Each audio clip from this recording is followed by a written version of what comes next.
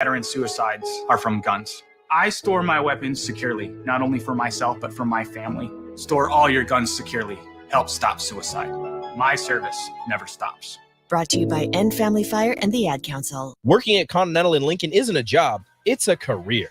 And right now, they've raised wages again, and they're hiring for production operators at $24.62 per hour, which grows to $28.97 per hour within 3 years. Skilled trade positions now start at $33.36 per hour, with opportunities to make more based on certifications. Continental also has salary jobs available and great benefits, plus medical and prescription costs at very low premiums. Dental, vision, and life insurance are offered at no premium cost to the associates, with increased bonuses and vacation for new hires. To learn more or apply, go to continentaljobs.com with keyword Lincoln. Come work at Continental today. I'm Karen Carr. I've been a realtor for 31 years. When I made a company change 12 years ago, I chose Lincoln First Realty, now NP Dodge. It's the oldest independently owned realty company in the country. Since becoming NP Dodge, we've continued our tradition of community involvement. Our management and staff are always available to offer support in marketing, technology, social media, and educational opportunities. Expand your career with NP Dodge. Call Eric at 402-434-2222. A smoke-free environment is the only way to fully protect from the dangers of secondhand smoke. That's why smoke-free policies are so important to me. Whether it's in my car, apartment building, or when I'm dining outdoors, there's no place for secondhand smoke or e-cigarette aerosol. Breathe easier knowing the facts. Visit smokefree.ne.gov. Paid for by Tobacco Free Nebraska. Aired with the Nebraska Broadcasters Association and this station. Are you working in or looking to get into the electrical construction industry? The electrical workers of Local Union 265 are now hiring licensed journeymen and apprentices and are offering great pay and benefits. Call Mike at 402-875-1034 to apply. Start your electrical career today. A smoke-free environment is the only way to fully protect from the dangers of secondhand smoke. That's why smoke-free policies are so important to me. Whether it's in my car, apartment building, or when I'm dining outdoors, there's no place for secondhand smoke or e-cigarette aerosol. Breathe easier knowing the facts. Visit smokefree.ne.gov. Paid for by Tobacco Free Nebraska. Aired with the Nebraska Broadcasters Association and this station. This is Sunday Rewind. Take it back now, y'all.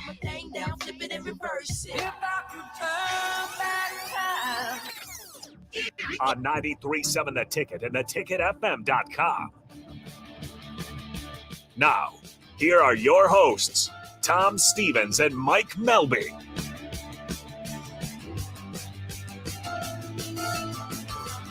Welcome in, Tom Stevens, Mike Melby, Husker Rewind every Sunday, 5 to 7, and it's 5 o'clock, so we're on the air. Nebraska versus Illinois tonight, 5:30 tip.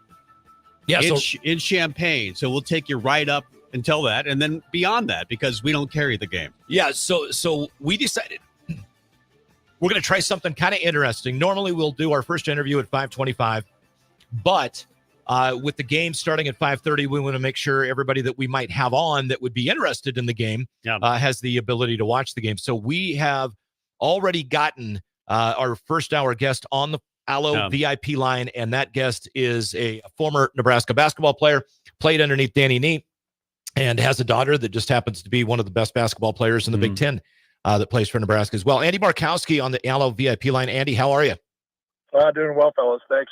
Good. Tough day for Nebraska basketball yesterday. What did you see that went wrong for Nebraska? Assuming the women, you had to give Rutgers credit. I thought they brought a physicality, to that game that at times, bothered the women.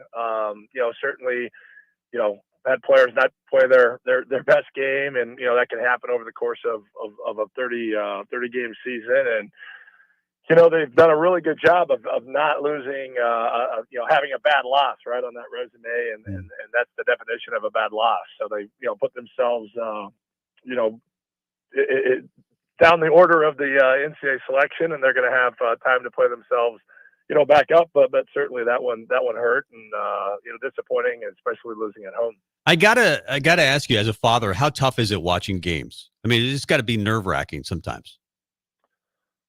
Yeah, I mean, I mean, I don't know if you guys have children, but yeah, I mean, it's you want to see your child have success, and certainly Alexis has taken us and my wife and her brothers and sisters on a fantastic ride. So yeah, you want the team to do well. I'm an alumni of the university. I've got a daughter playing, so you can imagine the emotions. And I've coached for a lot of years, and you're just sitting there, kind of helpless, right? You can't, you're not involved, and you're just hoping they win, and your daughter, plays well. The win comes first. If you ask Alexis, she could have struggled yesterday, but she would have made the game winner. You forget about that, and you're happy that the team wins. So yeah, certainly. I try to seem mellow and watch it as a spectator, but a lot of emotions go into it, and I just want to see the team do well.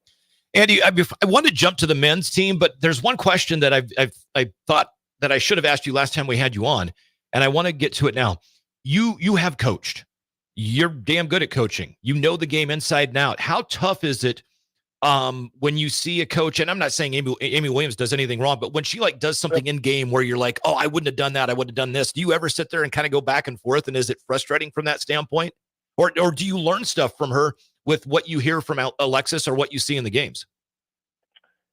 Yeah, I unfortunately for me, I can no longer watch the basketball game as a fan, right? I mean, I watch it as a coach, whether I'm watching, a TV game or an NBA game or Nebraska game. So you analyze everything that's being done, and I'm not there in terms of the scouting and the preparation and what the game plan is. So certainly there's things that I look at that I would do differently, good or bad.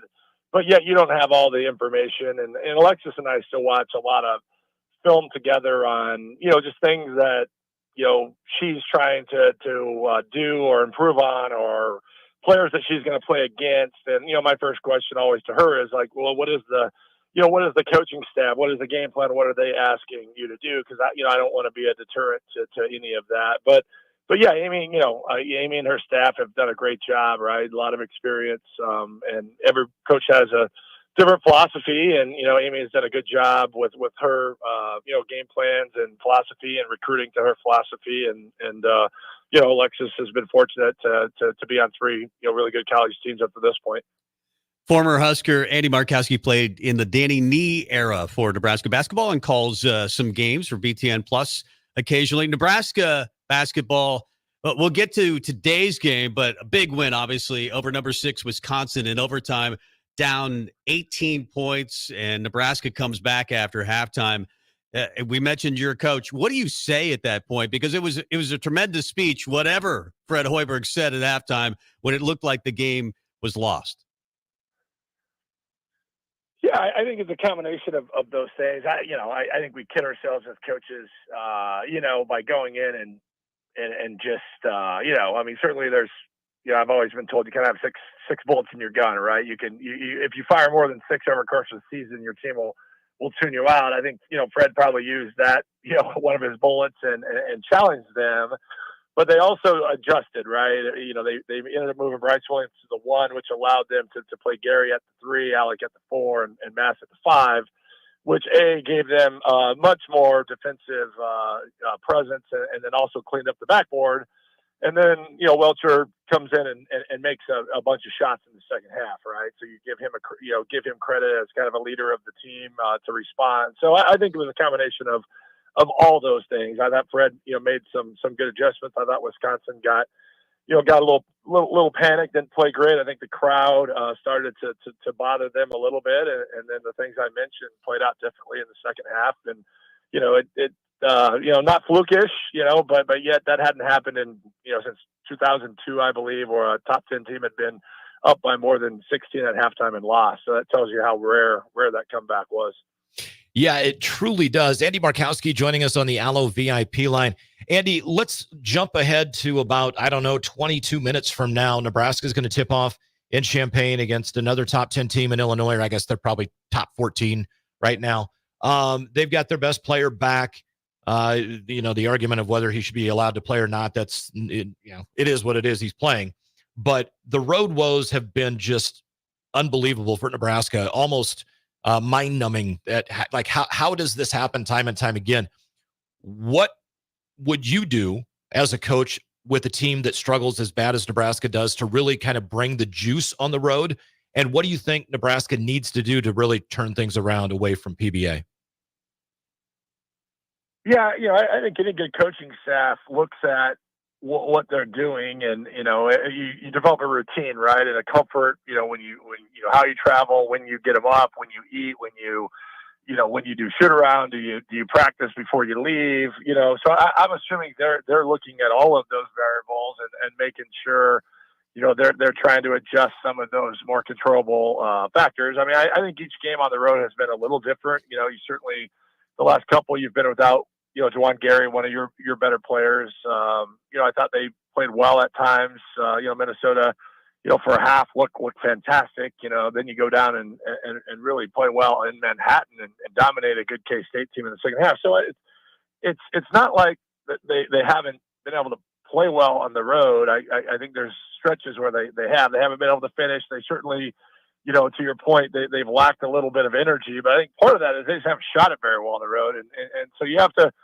convince your team that you can bring energy if the basketball is not going in the hoop. I think at home they really live off of made threes. You look at Michigan State second half, you look at Purdue second half, you look at the Wisconsin win second half. I mean, they made a bushel full of threes, and maybe on the road that's not going to happen, but there's other ways that you have to try and win. And the Big Ten's really good. I've always said this when we traveled in the Big 12. There were some bad road environments. Baylor wasn't very good. Texas Tech was on probation. A&M was terrible. The Big Ten road environments are fantastic. I mean, it's going to be, if not sold out, it's going to be full arenas with good coaches. And now you've got to go to Illinois, top 15 team with an NBA lottery pick, and then after that you go to the road. On the road in Northwestern, so they could play better the next two games and still lose. So, you have to take that in consideration. But I think Fred is, they're probably looking at every variable and trying to figure out a way to bring a little bit more energy with the group. And having Gary back, I think helps in that regard. Former Husker Andy Markowski played in the mid to late 90s with Danny Nee and some of those great teams. Nebraska is not the only team that's struggled on the road. Purdue has lost on the road. Houston, Kansas, Tennessee, Oklahoma, all to unranked teams. In fact, I read this stat, kind of amazing. AP Top 25 is 67 and 64 to unranked teams on the road. And some people contribute a lot of that to the transfer portal. Guys are just more experienced. Teams have more depth. Is that the reason you think that everybody struggles on the road?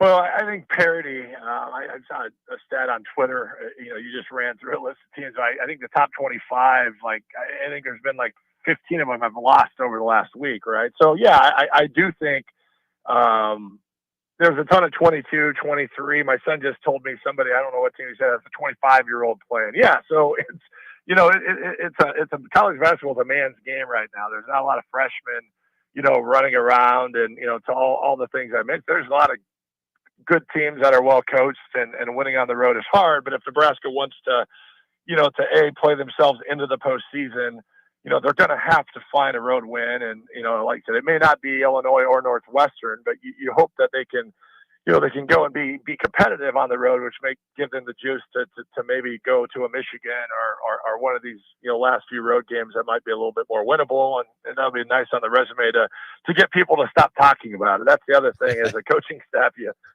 it's kind of like, don't look, everybody's talking about it. So do the players start to doubt it, or they think they're a bad road team, just because that's the noise. So you've got to convince them to block that out. And hopefully today is a good start to just playing a good basketball game and try to play a 40-minute game. And, if they do that, I think it's a game that they can be competitive. And, Illinois doesn't shoot it well, which they do. I think they have 6 players that have made over 23s, which is always a hard matchup for how we play defense. We force teams to shoot a lot of threes, and Illinois is a team that can make threes. So this might not be the start of us winning on the road, but I just hope they can be competitive. It would be kind of fun to pull the upset today just because no one thinks we have a chance. I'm going to ask you something that I know you probably don't have an answer to, but it's just befuddling to me. And I kind of want to throw the NET rankings out under a bus. I'm gonna give you 2 resumes, and you tell me who's ranked higher. Quad 1, Quad 2 games. One team is 6-6 versus Quad 1. They're 3-3. Strength of record is 29. KPI is 22. The other one, team is 15-6 overall, 3-6 versus Quad 1 and Quad 2 teams, 0-5 versus Quad 1, SOR of 69 and KPI of 77. Who would be ranked higher, would you think, in the NET rankings? Yeah, I think I saw that. I think Gonzaga you already know what I'm talking about. Comparative team, and yeah, certainly, I would have to look at Gonzaga's non-conference schedule. My guess is they've played a few, higher ranked Quad 1 and 2 teams, and that is probably maybe the difference. The margin of victory is considered in that. Nebraska's had, a few blowout losses too, which I know can impact that. But yeah, all of those metrics, ultimately the committee is going to use whatever variable they want to use, right? I mean, that's where this thing is so hard, because they'll tell you that road matters or the net matters, but then they'll put a team in where neither of those things mattered. So it's always we were the first team in the history of BCS conference to get left out going 10-6 in '98, right? Like, yep. So that was they told us that we had 3 bad losses that year. I think we lost by 25 to Wisconsin and 30 to Kansas, and then we had one other blowout loss. And I'd never heard that be a metric before, but that was the metric to keep us out. So yeah, I think we can, it gives us good things to talk about. In the end, Nebraska is going to have plenty of chances to play their way in, certainly being a 1 seed in Purdue and another top 10 team in Wisconsin. I think the committee wants teams in the tournament that can beat the best teams. And that's going to bode well when the committee looks at our resume, but winning on the road would certainly be nice. Yeah. A couple wins on the road probably won't happen today, but you never know. Illinois, the 14th ranked team in the country and really, really good in the Big Ten, number 3. Do you look at a number? Obviously a road win or 2 will be important, but they do have 2 wins over top 6 teams. So that's good. Maybe you need a win in the Big Ten tournament, but do you look at a number that Nebraska might need as far as total wins to get into the tournament? Yeah, it's just so hard to, I think they have to avoid a bad loss, somebody coming into PBA and beating them. The Big Ten, I think we're only going to get 6 in. I just don't think the metrics of the league. I look at the non-conference of what the league did, and the non-conference did not jump out at you. So now it's a race to kind of be in that top 6, kind of avoiding a bad loss. Certainly getting 10-10 is the minimum. In the conference schedule, I think they probably have to be 11-9. Plus 1 in the tournament would probably get you on the right side of the bubble. But then it comes down. I watched Lamar Odom throwing the 3 at Rhode Island, that same year, and that was probably the spot that Rhode Island was not going to get in the NCAA tournament, but won their conference championship. So, a lot of things can happen that last 2 days of conference tournament play to start taking bubble spots. So it could get a little tighter as well. So, there's a lot of basketball left, which is good and bad. Nebraska goes on a, 4 or 5 game, skid here, which, easily, you could see them dropping the next 2, which puts that pressure back at home here in a week to make sure you take care of PBA and get to that 10-10 or 11-9 mark in league play. Andy, I was going to kind of ask you a little bit about throwing out a prediction on kind of the next week or 2, and you just did.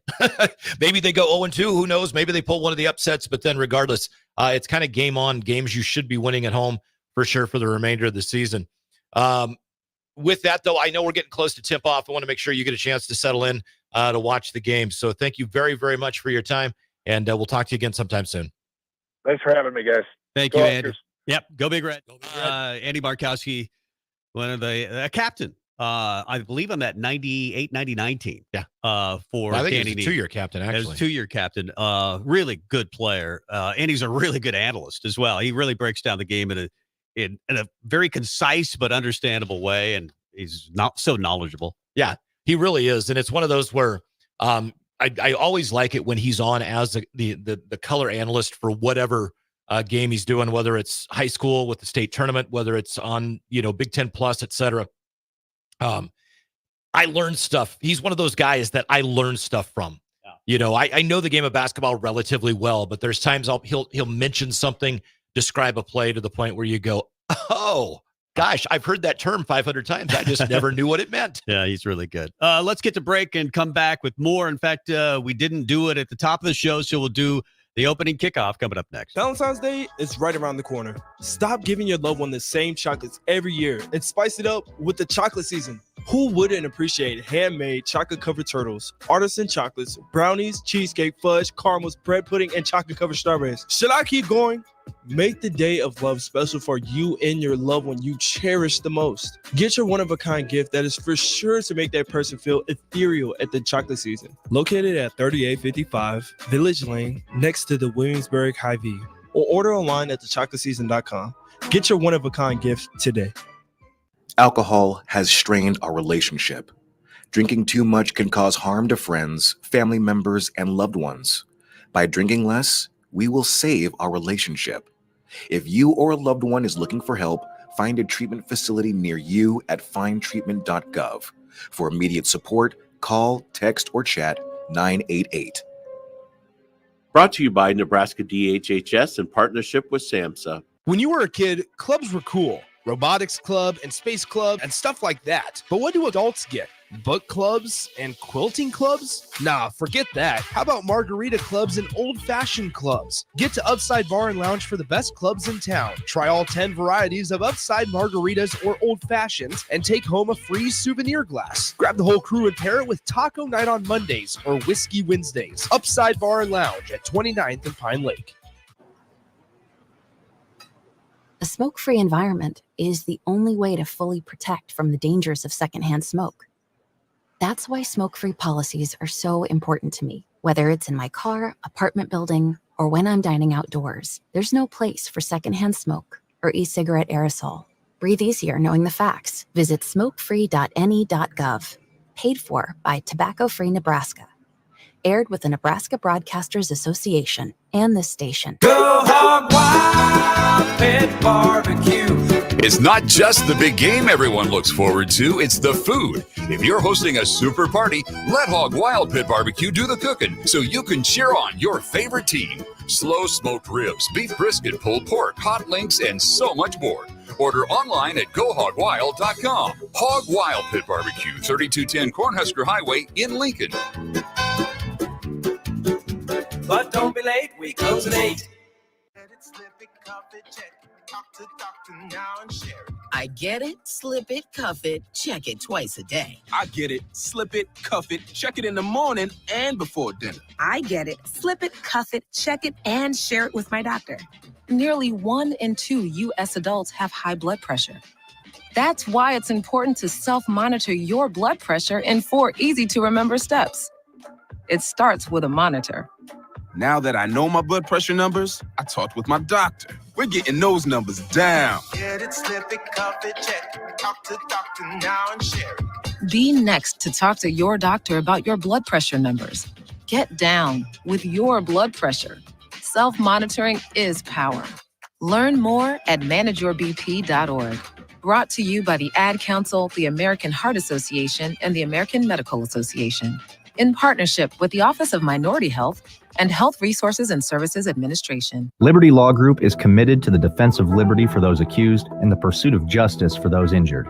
Liberty Law Group's relentless trial attorneys specialize in criminal defense and personal injury law.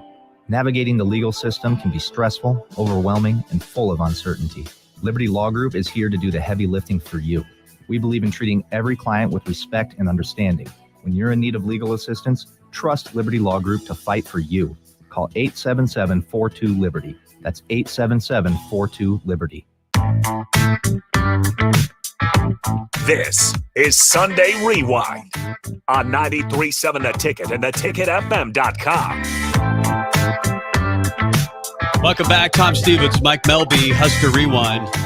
Every Sunday, 5 to 7. Big thanks to former Husker Andy Markowski. At the top of the hour, we let him go a little bit early because Nebraska about to tip it with Illinois in Champaign. It's going to be a tough task for Nebraska. Obviously not a great road team. They've yet to win in the Big Ten on the road. And Illinois, I don't know that they've lost at home this year. I don't think they have. Maybe they had that overtime game with Northwestern. Was that on the road or was that at home?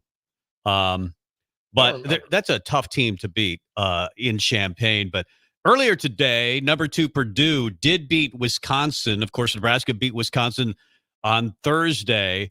Good game. Wisconsin had a lead for much of that game, 75-69. Number 2 Purdue wins on the road in Madison. So that's a really good win. And I believe now that would tie them for first place in the Big Ten with the Badgers. Nebraska about to tip with Illinois. Yeah, Illinois lost to number 4 Marquette at home earlier this year, and then lost to Maryland at home as well. So wow, Maryland got beat by Michigan State, I believe, yesterday. But that was a pretty good game down the road. Jameer, trying to think of his last name. One of the best guards, Jameer Young. One of the best guards, one of the best players in the Big Ten. I mean, if Nebraska had Jameer Young, you'd almost like to think they were a Sweet 16 team, if not maybe Final Four team. He's that good. Had 31 against Michigan State, but it wasn't enough. Nebraska today is going to go against the lineup. Well, we talked about Terrence Shannon. He is back. He has played in 15 games this year. He's a preseason All-American, was suspended about a month ago, then appealed that decision, has been allowed back on the team, and has been very good since then. Their only loss with him in the lineup was to Northwestern. So that's going to be a very tough game for Nebraska to win. Obviously, they had their great win. I thought it was interesting that Andy Markowski said, you have 6 bullets in your gun if you're the head coach. You have to decide when you're going to use them. Do you take the risk and use a bullet at halftime versus Wisconsin and raise your voice? Because you can't do it all the time, because he's right. Sometimes players go deaf after a while. Well, it almost seems like he used 2. 1 in practice over the course of 3 days, and then 1 at halftime. Yeah. Because the prior 3 practices were very unpleasant. Yeah, there's that story that, they obviously have the science lab at Nebraska, and they measure load management and how much to work the guys, and they all wear GPS devices. All the athletes do that nowadays. And he crumpled up the information, said, so what? We're working hard. Yeah, exactly. And then after the game, Rick Mass said, hey, coach, stay with that. Stay on us, because we need it. And some teams, you wish that every team that you had doesn't need a coach to do that they do it on their own. Some of the great teams do. And it doesn't seem like Nebraska needs as much of that at home. But on the road, we talked about the win percentage in the Big Ten. It's like 22% in the Big Ten. But you got to find a way. Heck, even Penn State has won 2 in a row on the road. You got to find a way. And Nebraska let a couple of them get away this year. Minnesota, certainly. Rutgers was another one that they could have won. And obviously, Maryland was a disaster. And I wondered how they would respond coming back to Wisconsin. And they didn't respond in the first half. That's the greatest comeback that I've seen. Well, they had a great comeback last year, but this Wisconsin team's better than last year's Wisconsin team. You're down 18. They come back. Some of that is just C.J. Wilcher putting the team on his back and saying, let's go get it, because he did that. And then Rink hits the big 3. That step back 3 was really impressive. And Nebraska dominates overtime. But that was fun. I mean, if there wasn't a game today, that's all we'd be talking about today is probably the Wisconsin win. Well, yeah, true. And just, I mean, the way that whole thing played out, I actually had, with the new job and all, it's one of those where I'm going, yeah, you know what? I don't even need to stay up and watch this. And when we went down 19, I turned off the TV, went upstairs and got ready for bed, because I get up at 5 a.m. now and, check the phone. And then lo and behold, about 20 minutes later, I was back out on the couch and had it turned back on. And then I had to go back and then rewatch the second half. I was at the game. I'm kind of a big brother to a guy, and I brought my buddy Brad, who you met I know Brad. Brad's many a good times. guy, man. But we were down. I think the actual total was 18. I've seen 19 and 18, and I've also heard people say 17. I think it was 18. Nebraska was down by. But I said, Brad, if they're down 20 at half, we're leaving. He said, no, we're not. Well, what if we're down they're down 18, they're down 15 at half. We should go, right? We're not leaving. He made me stay, and then we ended up storming the court at the end. Nice. So I'm glad that so he Brad made me got to storm the court.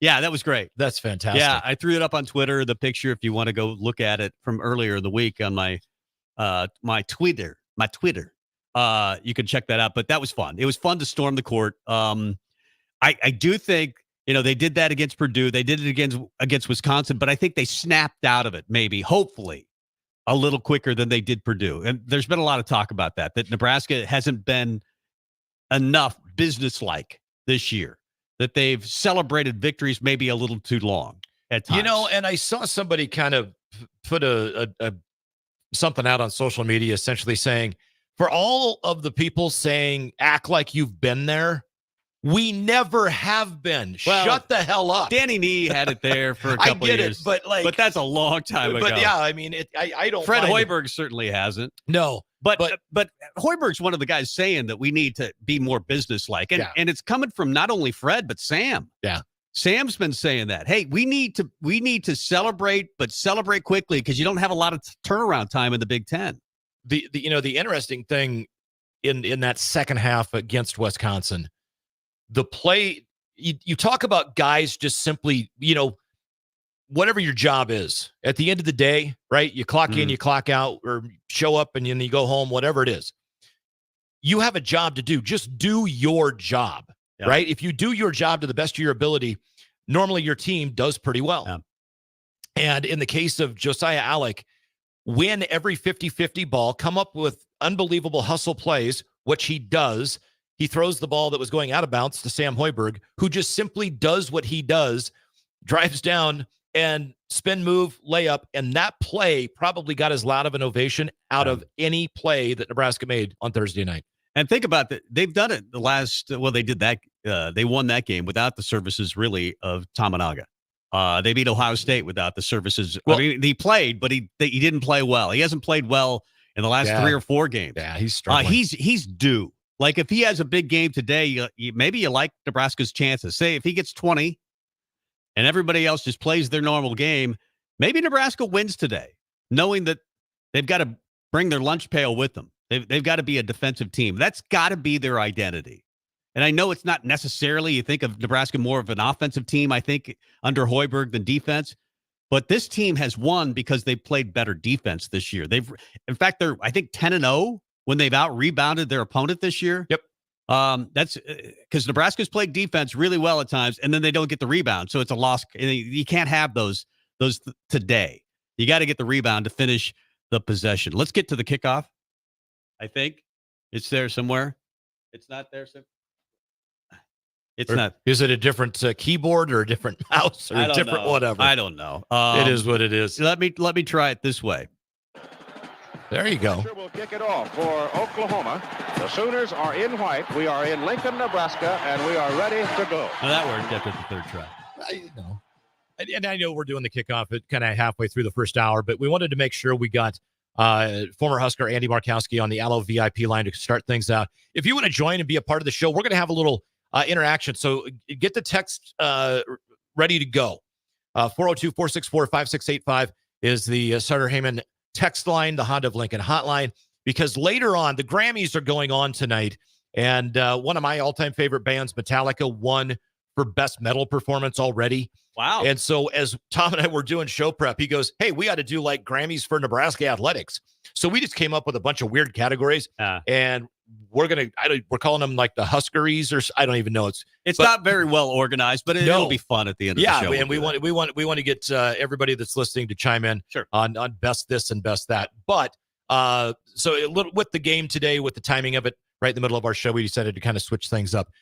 But opening kickoff wise, we just mentioned it. Nebraska with the big 80-72 overtime victory over number 6 Wisconsin after trailing by 18 early in the second half. CJ Wilcher led the way with 22. Rank Mast had 20 and 8 plus 3 assists. Bryce Williams had 17 points, 9 rebounds, 2 assists. He did turn the ball over 5 times, though. And they play at Illinois right now. And they won the tip. Won the tip. That's it. Game over. Josiah Alec won the tip tonight. Nice. We'll see how they do against the Fighting Illini. Husker women's basketball team now sits at 14-8, 6-5 in conference after an unbelievably disappointing, Horrible for your NCAA tournament resume. that was not Lost good. 71-70 to previously winless in conference Rutgers at home yesterday. That wasn't good. They shoot horrible, and Rutgers shoots 59%. The Scarlet Knights had lost 12 in a row before yesterday. Amy Williams' team has now lost 3 of their last 4. We'll see if they can right the ship. I'm just going to throw it out. I know she's got Britt Prince coming in next year, and I know she's got some talent on the roster, but is Iowa next up at home? They're coming up. They're coming soon. up. I want to say there's a game in between, but way to go, Tom! I told you Tominaga needs a game today, and he just hit a 3. Nice.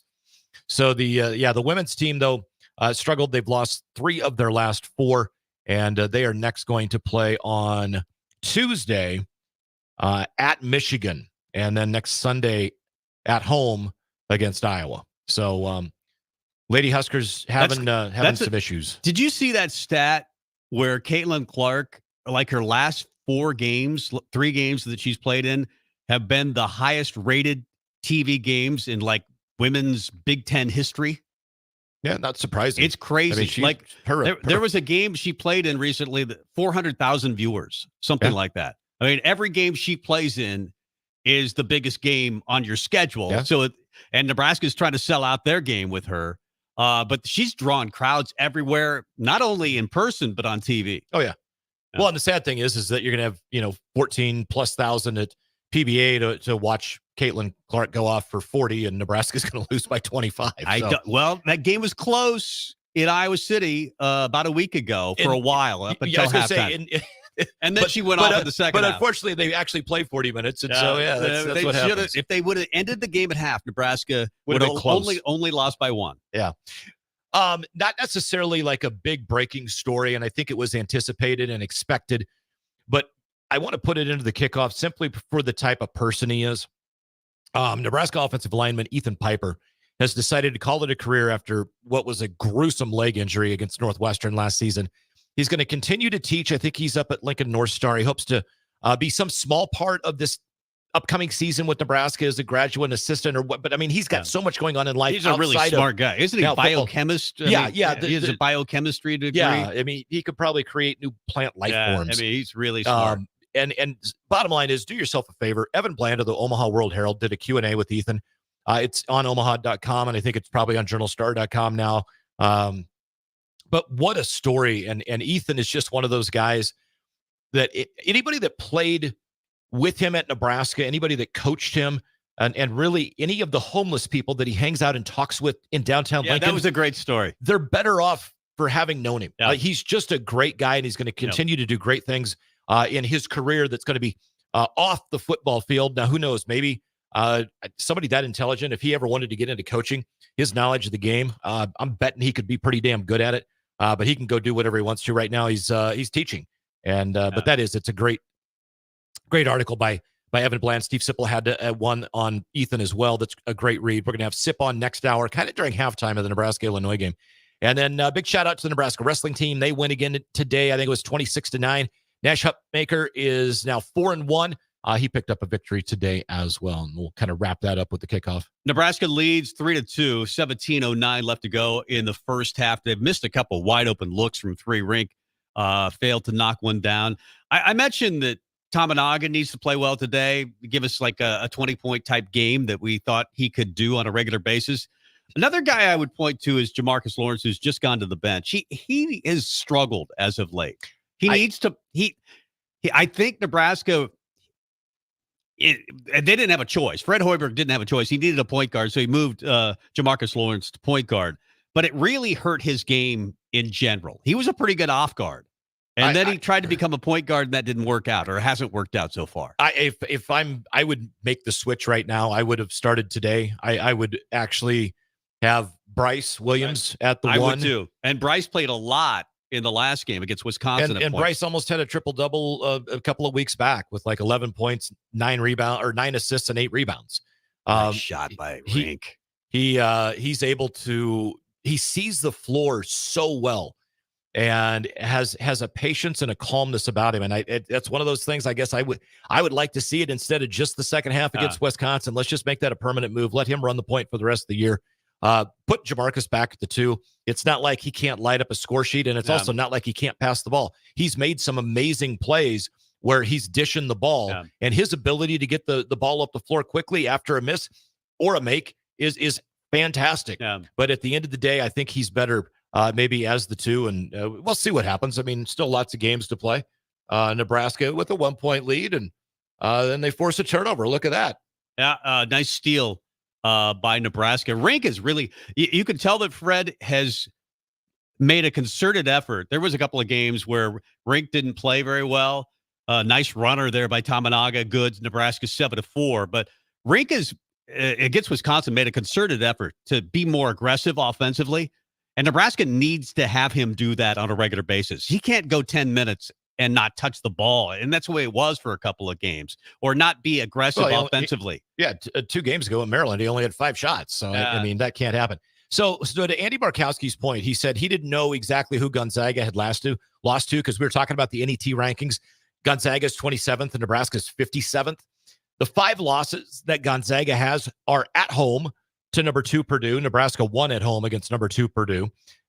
At Washington, a team that is middling in the Pac-12. They're 10th in the Pac-12 right now. They're like 12-10. They're not a good team, but they lost to them. They lost to number 5 UConn at home. Again, Nebraska played another top 5 team, top 6 in Wisconsin. They won that game. San Diego State, 11-2. Granted, they're a solid team in the national final last year, but they got beat by 10 at home. Again, Gonzaga's, that's kind of the theme here. They've lost some big games at home, and then they lose at Santa Clara, who's 4th in the MCC right now. Santa Clara is not a good team. No. So how in the hell, I get it, Nebraska lost to Maryland by 18 or whatever it was, and they've had some loss, but it makes no sense for 27-57. I just don't get that. I don't agree with the bad loss, but maybe it's because I'm a Nebraska fan, and so I think that's a bad metric. But Andy pointed out, what was it, 2018? What was it, the year that they had the great record of the Big Ten? Was that 2018? Yeah. It feels like they just made up metrics that went against Nebraska. Yeah. Maybe I see that with through rose-colored, scarlet and no cream one had ever heard glasses. about. No one had ever heard about like bad. Well, you had 3 bad losses, and it's like, what do you mean bad losses?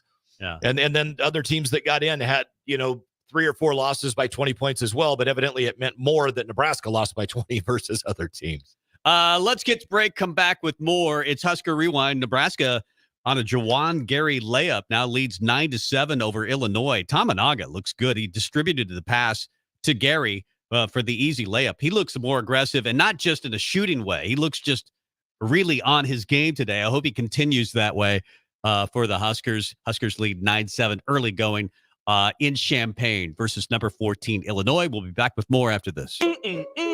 Delicious, decadent, scrumptious, delightful.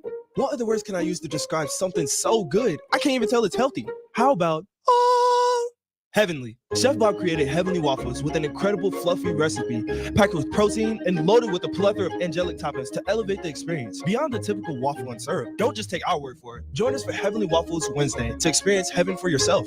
This Wednesday, February 7th from 8 to 11 a.m. at the 93.7 The Ticket Studios on the corner of 11th and O.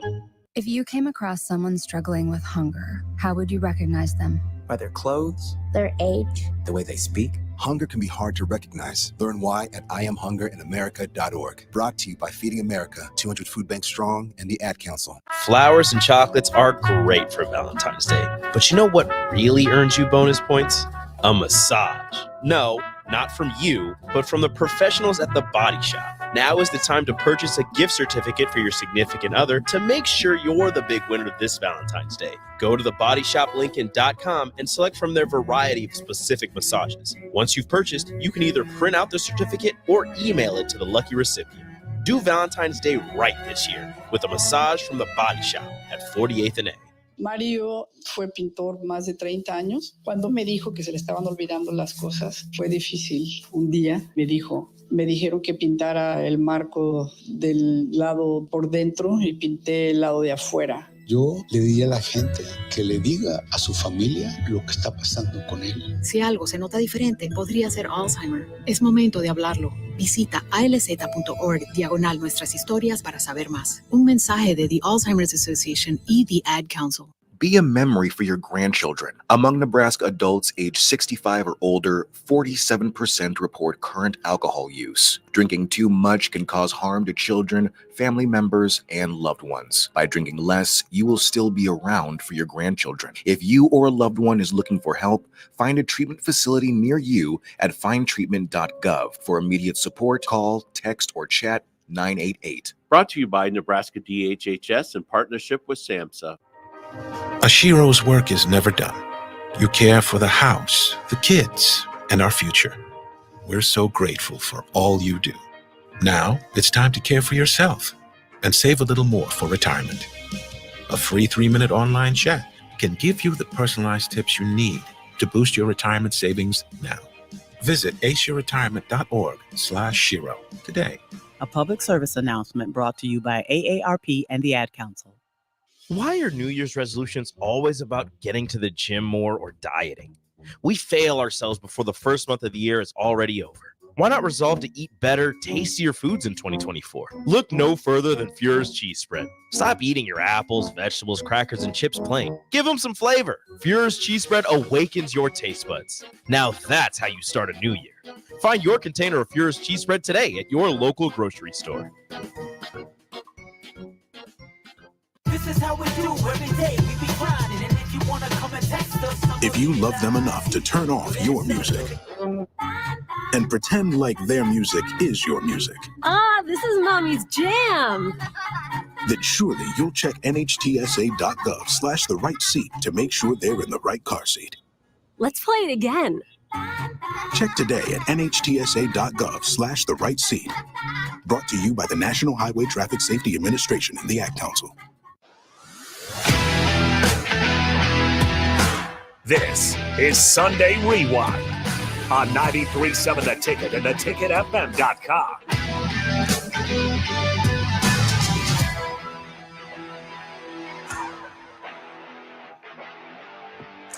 Welcome back to Husker Rewind here on 93.7 The Ticket and theticketfm.com. Be a part of the show, especially next hour when we do some weird awards because they're handing out Grammys tonight somewhere. We're going to hand out some fake awards from Husker Rewind, and we want listeners' perspective on it. So you can chime in on the Honda of Lincoln hotline or Sartor Heyman text line 402-464-5685. And don't forget, all of our guests join us on the Allo VIP line. VIP line brought to you by Allo Fiber, where they know exceptional service with local heart better than anyone. And I think it's time, by the way, that's Tom Stevens. Yep, that's me. I'm Mike Melby. And it's time for the Big Ten Blitz. It is time for the Blitz. Let's get to it. Here it is. The Big Ten Blitz. The Big Ten Blitz. The Big Ten Blitz. The Big Ten Blitz. On Friday night, you had Iowa over Ohio State 79-77. That was Iowa at home. They improved to 13-9, 5-6 in the league. Ohio State falls to 13-9 and 3-8 in the league. They trailed, that is, Ohio State by 2 with just 3 seconds left. And Dale Bennon tried to intentionally miss a free throw, and neither team could gather the ball. It went out of bounds eventually, and Iowa holds on for the win in Iowa City. Ohio State's next game is Indiana on Tuesday. Iowa has Penn State on Thursday. Saturday, Michigan State, don't look now, but Tom Izzo and Sparty are starting to right the ship. 63-54 winners Saturday in East Lansing over Maryland. Tyson Walker, Malik Hall scored 19 points apiece. Michigan State pulls away late to win by 9. Sparty now 14-8. They're now 6-5 in the Big Ten Conference. And Jameer Young had 31 points on 9 for 22 shooting to lead Maryland, but they fall to 13-9. They're 5-6 in the conference. And like I said, don't look now, but I have a feeling Michigan State's going to make that push. Andy Markowski said 6 Big Ten teams. I think Michigan State's going to be the 6th or possibly 7th. And I believe that was win 700 for Tom Izzo. It was. So congratulations to Tommy Izzo. Minnesota over Northwestern, 75-65. They were down and it made a great second half push. Dawson Garcia hit a 3 with 2:31 left to go in overtime, and then made 5 free throws for Minnesota. They were 9 points down with just under 6 minutes to play and came back. Minnesota missed its first 11 threes, then went 7 of 12. I didn't believe it when a lot of people said that they weren't very good in the preseason. Minnesota's a pretty good basketball team, and now they are 14-7, 5-5 in the league. Boo Booey led Northwestern with 20 points. Minnesota's next game, Michigan State on Tuesday. Northwestern will, of course, host Nebraska on Wednesday. Penn State picks up a road win, kind of surprising, over Indiana, 85-71 yesterday. Ace Baldwin Jr. scored 22 points. Zach Hicks had 19, and Penn State stuns the Hoosiers 85-71. It is the Nittany Lions' first win at Assembly Hall in almost 10 years. Penn State improves to 10-11. They're 5-6 in the Big Ten. And let's see what they fell to. There it is, 13-9 are the Indiana Hoosiers now. They're 5-6 in the Big Ten as well. So big surprise there. Rutgers gets its second road win, I believe, of the season. Rutgers over Michigan improves to 11-10 and 3-7 in the league. Michigan, of course, the worst team in the Big Ten. They're 7-15 and 2-9 in the league. They've lost 10 of their last 11. Derek Simpson scored 15 of his 19 points for Rutgers in the second half. They rallied from 15 points down to beat Michigan. It's Rutgers' first win at Chrysler Center since their existence in the Big Ten. Michigan has lost 5 in a row and 10 of their past 11. Juwan Howard, is he in trouble? It looks like he may be. Michigan will host Wisconsin on Wednesday. Rutgers is at Maryland on Tuesday. Meeting of the top 2 teams in the Big Ten earlier today. Purdue goes into Wisconsin and picks up the win 75-69. Wisco's now dropped 2 straight. Purdue with the outright lead in the Big Ten. Purdue's inside-outside combination of Zach Edey and Braden Smith kind of took it to the Badgers today. Smith scored 19 points. And Edey joined another exclusive club as the second-ranked Boilermakers won today. Let's see, what's the exclusive club they're talking about? I don't know. It just says it's. I like the way ESPN words it sometimes. He's in a club. He's in some exclusive club, and we're not going to tell you what it is. He's in every club that he wants to be. I mean, he's the 2-time. He's going to be the National Player of the Year. He was last year. He's going to be again this year. Exactly. He's 21-2 are the Boilermakers now, and 10-2 in the league. Wisconsin falls to 16-6, 8-3 in the league. It prepares for a 2-game trip to Michigan and Rutgers. So Wisconsin, granted, they're taking on the worst team in the Big Ten, Michigan, next. But then they go to Rutgers. Rutgers is always tough at home. And bottom line is, man, anywhere is tough on the road. Wisco, who looked almost invincible a while ago, a couple of weeks back, struggling a bit right now. Yeah. And Nebraska leads Illinois, the number 14 team in the country in Champaign, 18-17. Keisei Tamanaga, 2 for 2 from deep. He already has 12 points. Keisei, listen to me when I said he needs to go off today, because so far he is going off. Nobody else on the team has more than 4. Jawan Gary is 2 for 2, has 4 points. Rick Mask has 2 points. But Keisei has put the team on his back so far today. You got 2 points from, let's see, Coleman Hawkins. You got 5 from Damask. So it's kind of spread around for Illinois. Hopefully somebody else for Nebraska steps up. Well, the key thing for Nebraska in this game, bottom line, is going to be 3-point defense. Right now, Illinois, 3 of 8 shooting from 3. Terrence Shannon, 1 of 2. But Luke Good, who's one of their better 3-point shooters, 0 of 3 so far. I don't envision that's going to continue for him. But Hawkins and Domask both 1 for 1 from beyond the arc. That's going to be the game. That, honest to God truth, that is going to be the game if Nebraska can keep Illinois from just overpowering them from behind the arc. Because, bottom line is Nebraska's defense is built to protect the bigs from foul trouble and to make sure that you're making teams earn it from outside. Well, Illinois is one of the best in the country at earning it from outside. So, I mean, obviously Illinois is going to try to shut down Keisei Tamanaga. He got 2 free throws on a technical foul earlier as well. But ranking the teams, Purdue, obviously number 1. They're now 10-2 in the league with that win over Wisconsin today. Wisconsin drops to 8-3. Illinois, with a win today, would move in for a tie of second, I believe. Nebraska, I've got Nebraska at 4th. And if they can play well on the road today, I would keep them at 4th. Northwestern, because Nebraska beat Northwestern, I've got them at 5th, tied with Michigan State. Those teams are both 6-5, even though I think obviously both Northwestern and Michigan State are dangerous. Minnesota, I've got at 6. I think Minnesota is just playing good basketball right now. They've had a couple of come-from-behind wins as of late. Indiana, Maryland, Penn State, Iowa, I have them all tied at 7th. Ohio State at 3-8 at 8th. then Rutgers at 9th, and then obviously Michigan's the worst team in the league. Yeah, to me, Purdue, which I've had on top all season, Wisconsin, Illinois, are the no-brainers. And just simply based on you knocked off 2 top 6 teams at home. I don't care where it was. You won 2. Nebraska at 4th. I got Michigan State at 5, Northwestern 6, Minnesota 7, and then just kind of the mess with Indiana, Maryland, Penn State, Iowa, all grouped together. Rutgers maybe a step down. Ohio State, I think they're even worse than Rutgers, and Michigan is really struggling. So if Andy is right and he thinks only 6 teams from the Big Ten are going to get in this year, that means Purdue, Wisconsin, Illinois, and those teams seem to be a lock for the NCAA tournament. Then you've got teams like Nebraska, Northwestern, Michigan State that would be the next 3 in right now, and then you've got a team like Minnesota on the bubble. I was going to say that there's a potential for 7. I don't see any way Indiana makes it, Maryland makes it, Penn State, Iowa, Rutgers, unless they win the tournament. Yeah, Indiana had a bad loss. That loss to Penn State at home. Yeah, that's a bad loss over the weekend.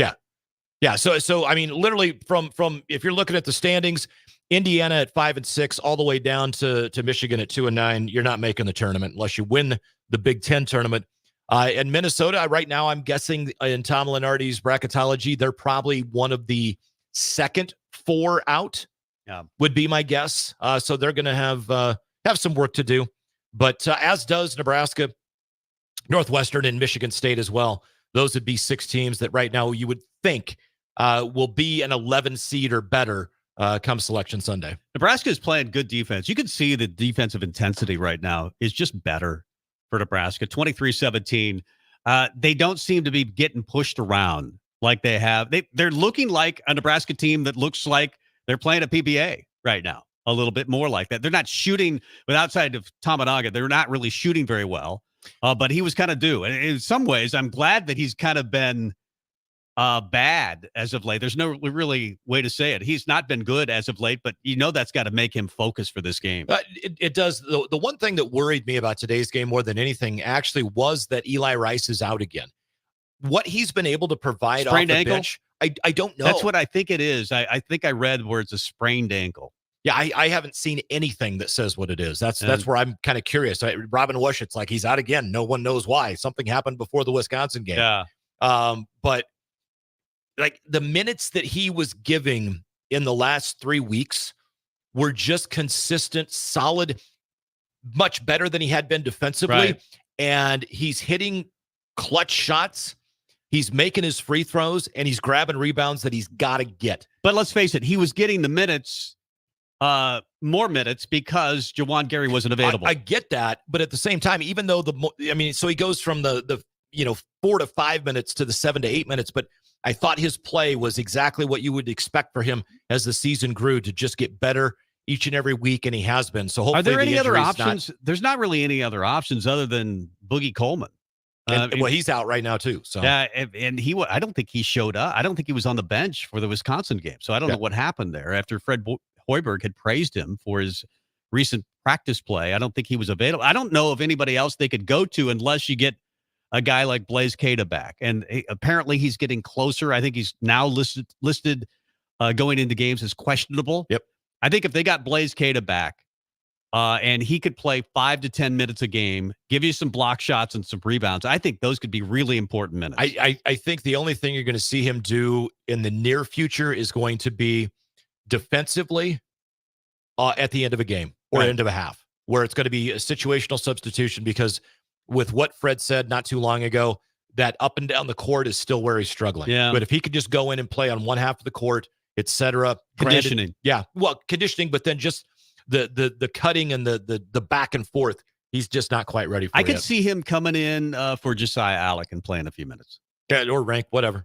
But yeah, just he doesn't obviously have the game that Rank. I mean, he's not a distributor. He's not a very good passer, but he's a very good shot blocker. He's a very good rebounder. I got to go back and find the game last year. I mean, 11 minutes, 11 points, 10 rebounds. Was that the Wisconsin It game might where have they been. came back? Yeah. I think that was the Wisconsin. We know what he can do. Yeah. You just got to get him healthy. Let's get to break, come back. We'll do a little Super Bowl preview. We will not be here for the Super Bowl next week. We've got Steve Sipple coming up within the next 25 minutes to talk a little Husker basketball and some football as well. Might be some good recruiting news coming this Wednesday for Nebraska. It sounds like there will be, or could be, on Keanu Wilhite, the guy that decommitted from Washington and is now considering Nebraska and apparently UCLA, but not as warm or hot on UCLA apparently as he was. Let's get to break. Come back with more after this. Junior Achievement at Lincoln inspires and prepares today's young dreamers to be tomorrow's goal breakers, leaders, and things we haven't even imagined yet. Help more kids while having a great time at the JA Bowl-a-thon. Sign your team up and raise money to ensure the educational programs focused on financial literacy, career readiness, and entrepreneurship are always free to thousands of students. The JA Bowl-a-thon is February 16th and 17th at Parkway Lanes and Hollywood Bowl. Register at lincoln.ja.org. 1 in 3 adults has prediabetes. 1 in 3. That means it could be you, your football buddy, your football buddy, or you, your best man, your worst man, you, your dog walker, your cat jogger. While 1 in 3 adults has prediabetes, with early diagnosis, prediabetes can be reversed. Take the risk test at doihaveprediabetes.org. That's doihaveprediabetes.org. Wait, did they just say 1 in 3 adults has prediabetes? That's 33.33333% of adults. That means it could be me, my boss, or my boss's boss, or me, my favorite sister, or my other sister. That's 7 members of my 21-person romantic book club. Wait, the 1 in 3 could be me, my karaoke partner Carol, or my karaoke enemy Jeff. I'm going to take the risk test at doihaveprediabetes.org. Brought to you by the Ad Council and its Prediabetes Awareness Partners. Load up on meat and more this winter at the Mercado by Certified Piedmontese at 84th and Havelock. This week's special through February 6th is spend $50 and get a 14-ounce ribeye for free. Plus, buy one, get one 50% off on Mercado pasta. And don't forget about lunch on Fired Up Friday from 11 a.m. to 2 p.m. Locations at 84th and Havelock and 30th and Yankee Hill in Lincoln or 168th and Maple in Omaha. Get to the Mercado today for the best meat in town. When you're high, you feel different. You think different, you talk different, you draw different, you listen to music different, but you probably knew that. Problem is, you also drive different, and not in a good way. That's why driving high is illegal everywhere. So if you're high, just don't drive. Make a plan to get a sober ride. Because if you feel different, you drive different. Brought to you by NHTSA and the Ad Council. What a day. I could sure use an afternoon pick-me-up. Hold up. The new 93.7 The Ticket location has a milk, coffee, and tea inside? Oh yeah, this is a game changer. Need an afternoon pick-me-up? How about a coffee or smoothie on your way to work? Stop by the Ticket Mill location on 1040 O Street to get your go-to drink or try out our new game day drinks exclusive to the Ticket Mill location. We know it'll make your day a million times better.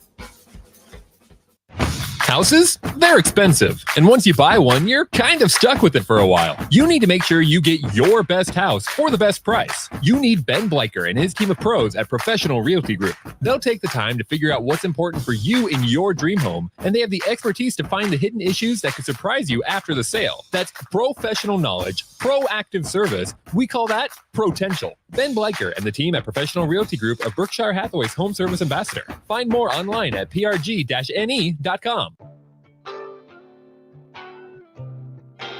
This is Sunday Rewind on 93.7 The Ticket and theticketfm.com. Welcome back.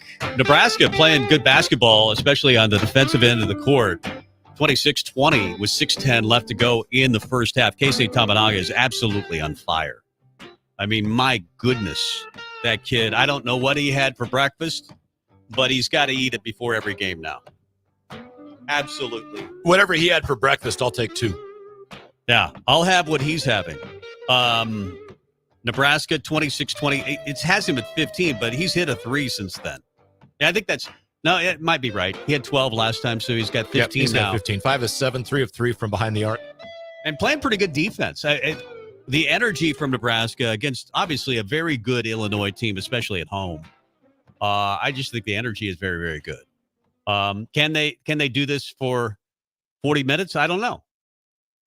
Because I think they probably caught Illinois a little bit off guard. How can you not? This is a bad road team, or at least they haven't won a road game in this league. They've won 6 at home. Their last road win, I think, is Kansas State. Yeah.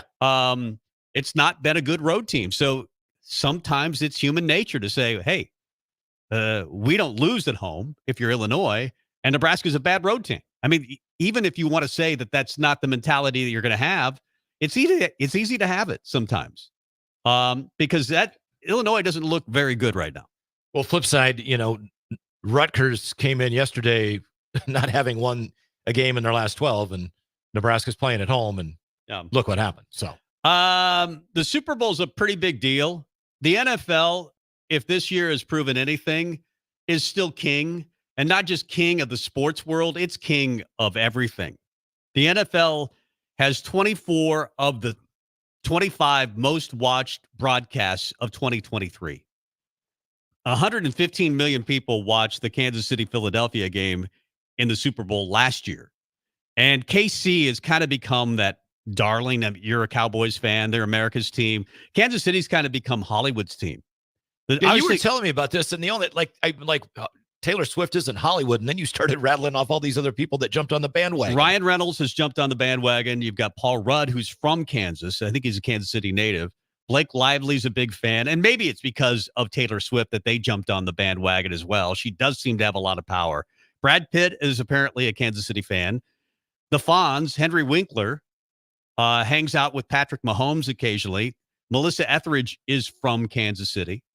So it's, I think it's also, winning teams tend to have that. The Cowboys certainly had that in their prime, but they always have it. The 49ers had it back in the day when Joe Montana was around. I think the Patriots had a little bit of that. I don't know, man. The Patriots and the Cowboys, I don't necessarily agree with the bandwagon jumping, because most people that are not fans of New England and not fans of Dallas will never be fans. Right. There's no fringe. You're either a fan or you're not. Right. Being a Cowboys fan, I don't know that I've met many that went, oh my gosh, I wasn't a Cowboys fan before, but now I am. It's one of those, no, I hate your team, and I hope that they lose every game forever. I tend to hold grudges on any team that's ever beaten the Vikings. So I hate everyone. You have to hate my Cowboys. I hate the Chiefs. The first Super Bowl loss was to the Chiefs. Yeah. I hate the Cowboys because your Vikings gave us 19 draft picks and the 78. I mean, we all know that Drew Pearson pushed off on Paul Krause. It was the best Vikings team. Yeah. On the Hail Mary, Roger Staubach to Drew Pearson, and the Cowboys go on to beat the Denver Broncos that year. And Craig Morton was well over 600 years old, and they destroyed the Broncos, and the Vikings would have beaten the Broncos very bad. And that was an awesome Super Bowl for me, because I had cousins that lived in Denver, and man, did they talk a lot of smack. And that was a fun next family get together. So the 49ers at 12-5 versus the Chiefs 11-6. This was not a great year, and some people blame Taylor Swift for some of that with all the distraction. But when you have Patrick Mahomes and Travis Kelce, you figure it out, and that's what they did in the playoffs. But San Francisco, oddly enough, is a 1.5-point favorite. Would you bet Kansas City with that line? Well, I'll be honest. If I were to bet this game, and I normally don't bet much on the Super Bowl, it's not a game I like to bet because everybody else bet the does. Weird stuff? No, because I think they're dumb. They're just it's a good way to, if you just want to throw money away, do yourself a favor. Instead of throwing it away, betting it on stupid prop bets, just go out to your fire pit, light it on fire. At least you get a little bit of warmth out of it for a while, because otherwise it just goes away. The latest I saw was 49ers by 2. I would take Kansas City, because I do not think there is any way the NFL is going to allow the Chiefs to not win this game. It feels like that. Yeah, I mean, it really does. And it feels like Mahomes and Brady had the same thing. They're just protected. They're the superstars of the league. Yeah, and it's going to be something where you're going to have somebody from San Francisco is going to get blocked into Mahomes, and they're going to roll towards his legs and bump him, and they're going to throw a flag for hitting him below the knees while he's in the pocket, and it's going to be and everybody's going to be up in arms, but they're going to get that call. I just don't love Patrick Mahomes, and I think he's an okay guy, but I watched the series on HBO, or not HBO, it was on Netflix. It was called Quarterbacks, and I've become a big Kirk Cousins fan because of that show. Kirk Cousins, and so he came across really well, I thought. A couple other quarterbacks were featured as well, but it was mostly on Patrick Mahomes and his wife and Kirk Cousins and his wife. They were the two biggest stars of that show. And Mahomes was fine, but Brittany just bothered me for some reason. His wife, and they've been sweethearts since like high school, and you got to respect that. I respect that, but it doesn't change the fact that I don't like him. I don't like her. I don't like the Chiefs. I don't I wish bad things upon them in the game. I actually was fumbles and interceptions back in the Len Dawson era. All my friends were Chiefs fans for the same reason that a lot of people around this area are Chiefs fans now. It's Kansas City. I'm a Royals fan, partly because I grew up listening to Fred White, and those guys, Denny Matthews, calling Royals baseball. And I was a big George Brett fan, and I loved Willie Wilson and Amos Otis and all those guys, Darryl Porter. And I was a casual Chiefs fan because of Len Dawson. The greatest Super Bowl picture I've ever seen in my life. There's a picture of Len Dawson. I think it was in the Super Bowl 1969. I think they were playing the Vikings that year. And they have a Super Bowl photo of Len Dawson smoking a cigarette in the locker room. Not a surprise. It was just a different era. And I just loved him for that. I didn't love the Chiefs, but I accepted them because all my friends were Chief fans. All my friends are still Chiefs fans, and I don't like them now. So for those that are out there that enjoy on occasion maybe making a legal wager on a sporting event, which you could do at Warhorse Casino, the early betting has been unbelievably lopsided for the Chiefs.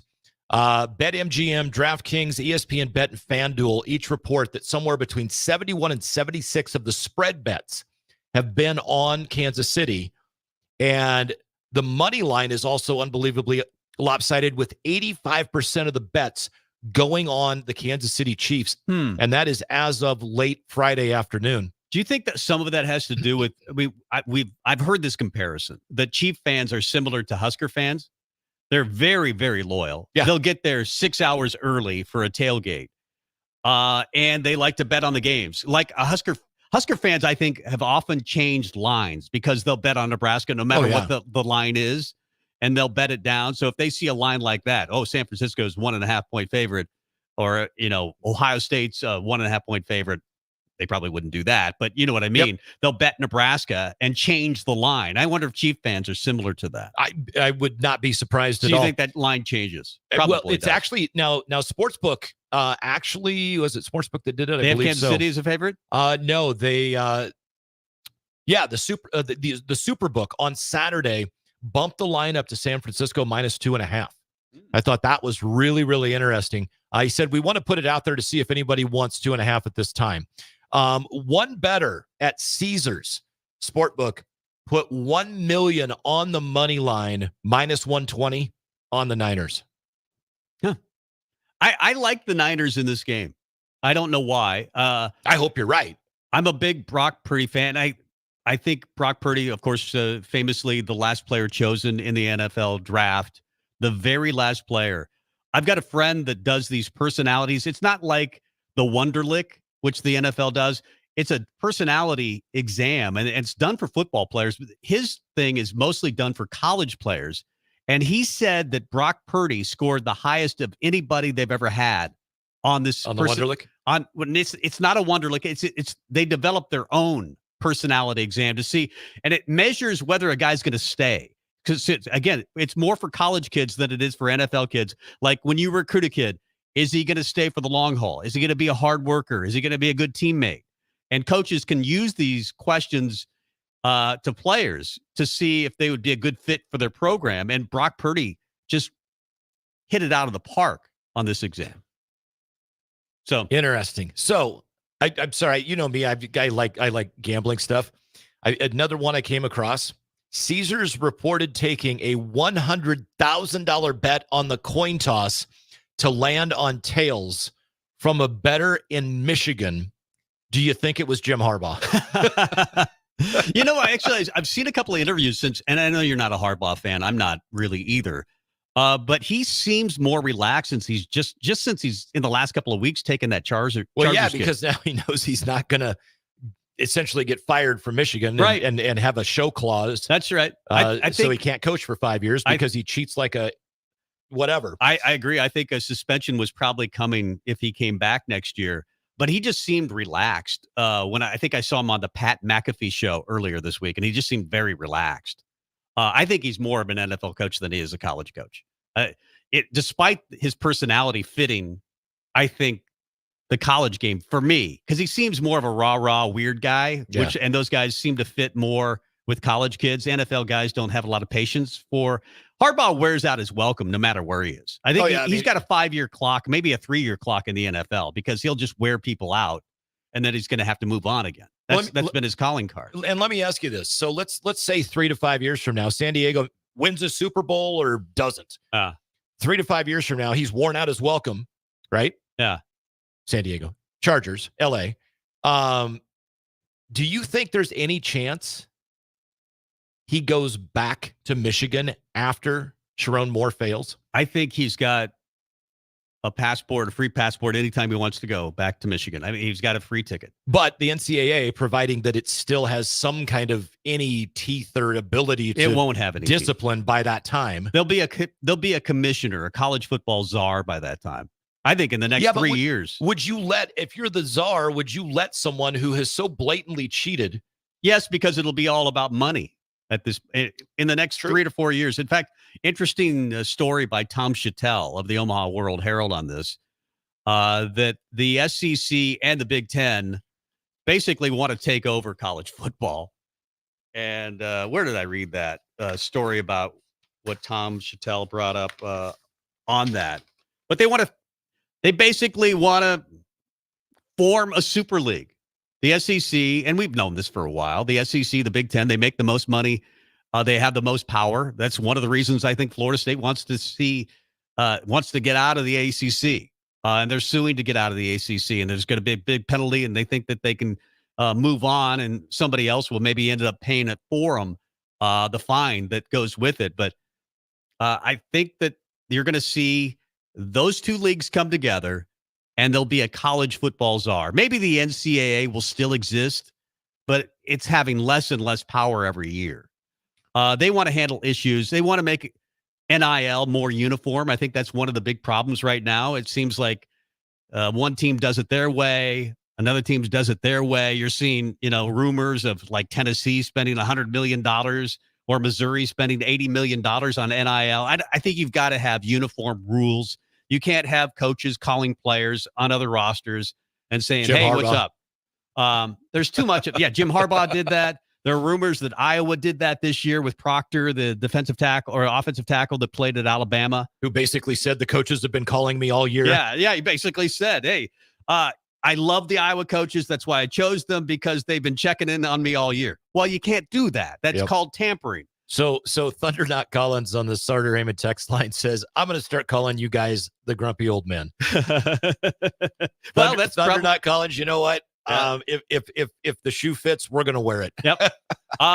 The grumpy old men are watching Nebraska take a halftime lead, 36-34. They've let a lead get away, but at the buzzer, Tominaga fires it up, and they're going to go to the locker room with a 2-point lead. We'll take that. He was fouled too. I think he was. They did have a 36-29 lead. Illinois chips into that, but I'll take a halftime lead. Yeah. Anytime. I mean, 36-34. Tominaga was absolutely in fuego that first half. You know what? Let's call Steve Sipple, because we want to make sure he has a chance to watch second half. That's right.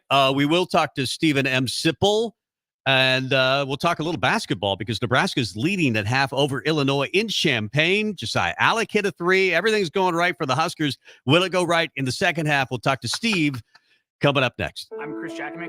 I served in the United States Air Force and I deployed 3 times. So in 2017, I was serving as an Air Force First Sergeant. Our motto in that role is my job is people, everyone is my business. But unfortunately in that year, I would lose my own brother, Lance Corporal Adam Jakimick, to suicide. The majority of veteran suicides are from guns. I store my weapons securely, not only for myself, but for my family. Store all your guns securely. Help stop suicide.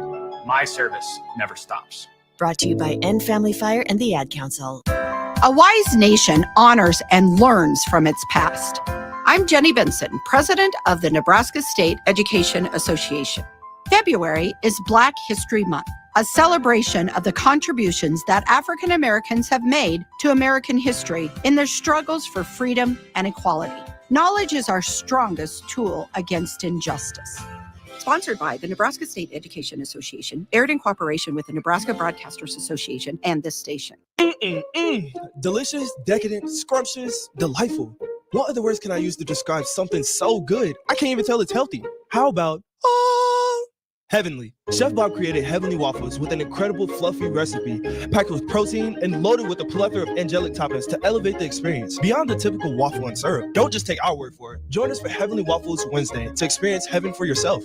This Wednesday, February 7th from 8 to 11 a.m. at the 93.7 The Ticket Studios on the corner of 11th and O.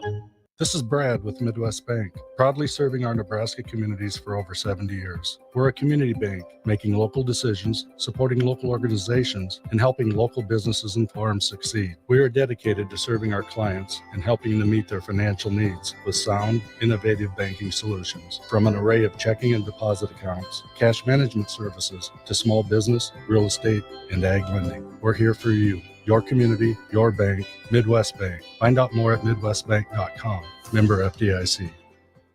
Sometimes I just cannot believe all the storms we've gone through here. I can only hope that we'll be able to leave this house to you one day, baby. You're our legacy. Planning for these disasters will make sure we're safe and is the best way to protect that legacy. Protect your legacy. Visit ready.gov/plan for the tools and tips you need to start your emergency preparedness plan today. Brought to you by FEMA and the Ad Council. The Mill Coffee and Tea, formerly with 4 Lincoln locations, but now 5 Lincoln locations. That's 25% more locations than there used to be. Can you even imagine a world where there's only 4 Lincoln Mill locations? Feels like ages ago. We were all so young then. The Mill on 11, located right alongside the 93.7 The Ticket Studios at 1040 O Street.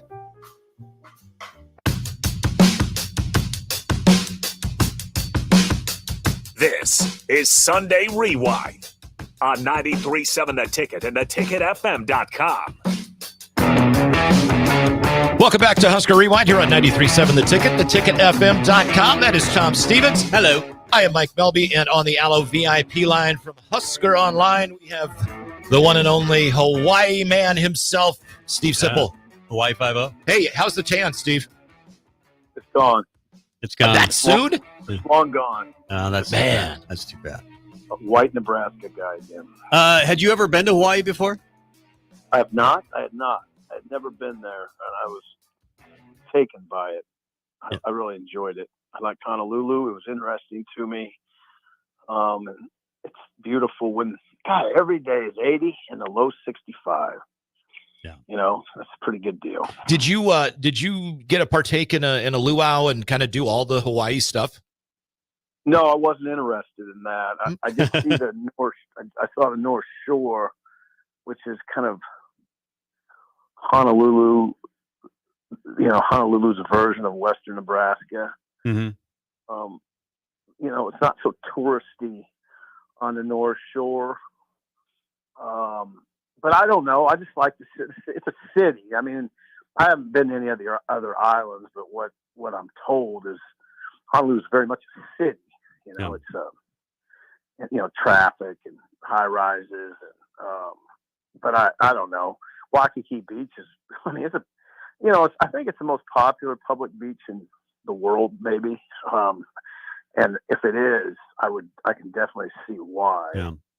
It's perfect. I mean, it's just a perfect beach. Beautiful. You had a chance to interview, I'm sure, several times, Carter Nelson, and Dylan Raiola, obviously. What were your impressions getting up closer to them and getting to know them a little bit? What are your impressions? I mean, from that standpoint, it was a great trip.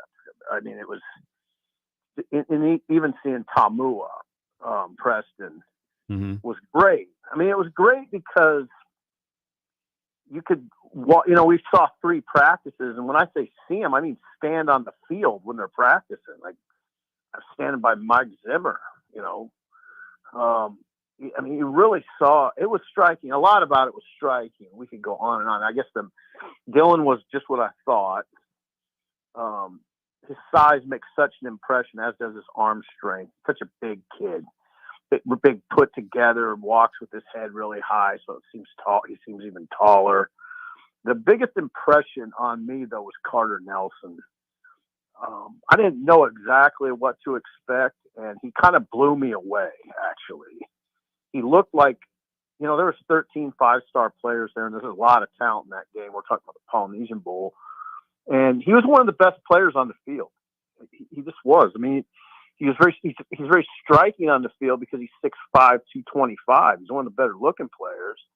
You wonder how he'd react in a game, an 8-man kid with all that talent around him. But he just looked like he fit in perfectly. And in fact, he's got an attitude, which I really like. He's kind of, you never worry about his effort. And he's got a little mean streak to him. But the big thing is he's got big time talent. I mean, big time talent. That's what I've seen guys for 30 years. And I can tell you, just, if he puts it all together, it's going to be something to watch on Saturday. The one thing that stood out to me in that game about Carter Nelson, there were a couple of plays that I genuinely said out loud, "Oh my!" He makes the play on the kind of the throw over the top early in the game. The way he got tackled and the way he went down. I mean, it was almost, to me, felt like he was like trying to punish the defensive back. He has that factor that you go, yes, that is what plays in the NFL. Yeah, I don't mind saying that stuff. I mean, I don't want to. I'm not saying he's going to go catch 30 passes for Nebraska as a freshman. I'm not saying that at all. But I think he could play as a freshman. I think he will. I mean, I'd be kind of surprised if he doesn't. It would only be because he's not meeting specifications as a blocker, or he just, he's got to kind of learn that third level route running. Because an 8-man, there's only 8 men. There's just, in his route running, he's got to make sure he understands the importance of route running. He seemed to in Hawaii. But, an 8-man, he just throw the ball to him and go up and get it. It's not like that now. But he seemed very into. I mean, the thing that struck me in practice was how intense he was. I mean, if they were even doing a walkthrough on a blocking assignment, he'd get to his man in kind of an intense manner. So yeah, there's a lot. And Tamua is just a monster. He's a big dude. He kind of reminds you of the Polynesian players Nebraska's had in the past. He's not as big as Tony Finotti, but I've never seen anybody as big as Tony Finotti. But he's 6'3.5" and 328. And he's got good feet and he's got a mean streak. So I'll tell you what, if I was a Nebraska fan, and there are some Nebraska fans there, if I was a Nebraska fan and just went to a practice or two, I'd come away going, wow, Nebraska's got 3 dudes coming in. I want to talk a little basketball, but one other thing, from getting to know Dylan Raiola a little bit, talking with Steve Sipple of Early Break and, of course, of Husker Online as well. You see him a lot walking around at basketball games. He looks comfortable with the attention, and it makes me think back to Bo Pelini. He talks about the fishbowl, and he was at Oklahoma and LSU, and there's more attention with Nebraska football, and there certainly is with a quarterback. But he seems comfortable. You think that even as an 18-year-old, he's going to handle this? Because there's a lot of attention surrounding him. Yeah, I mean, you never really know, and I don't profess to know Dylan well. I mean, I know him. And we did talk a lot out there. I got to know him really well out there. And I've known his father for a quarter century. But I mean, he's precocious. He seems like he's 25 to me. You know, he's like a no nonsense kid. What was most telling to me about him in Hawaii, he is no nonsense, by the way. He's that way. And what was most telling, he was kind of annoyed about being there. He wanted to be in Lincoln with this guy. The team was working out already in Lincoln. They had started winter conditioning, and he was kind of pissy. You know, like I'd just rather be back in Lincoln. His dad kind of had to have a talk with him and say, look, this is a once in a lifetime thing. Give it your all. And he did. The other thing that struck me is something Zimmer said, even though it was just an all-star game. Dylan knew everybody's assignments, every single player. He learned it was a very scaled down playbook, but he did learn it. And he was, I mean, I watched him in practice. They might as well have been playing Notre Dame. I mean, he was locked in pretty hard. Steve Sipple joining us from Husker Online and Early Break with Sip and Jake and Bill Bush. I want to ask you about kind of several sports because multi-sport athletes and from the football team. Nash Hutmaker gets another win today. He's now 4-1 wrestling. Malachi Coleman, Jalen Lloyd, Jaden Doss, Bryce Turner running track. That seems really odd, I think, for most casual Nebraska football fans to see 5 football players playing another sport. What are your thoughts on it? I think it's kind of neat. What do you think and what do you make of it? Well, what I would say is it's great. And as long as, the head coach obviously signs off on it, that's number one. I mean, I hope it's not disruptive to spring ball for those guys. That's the only, and I don't know what the plan is. That's a great question for Matt Rule on Wednesday, when Matt Rule will address the media.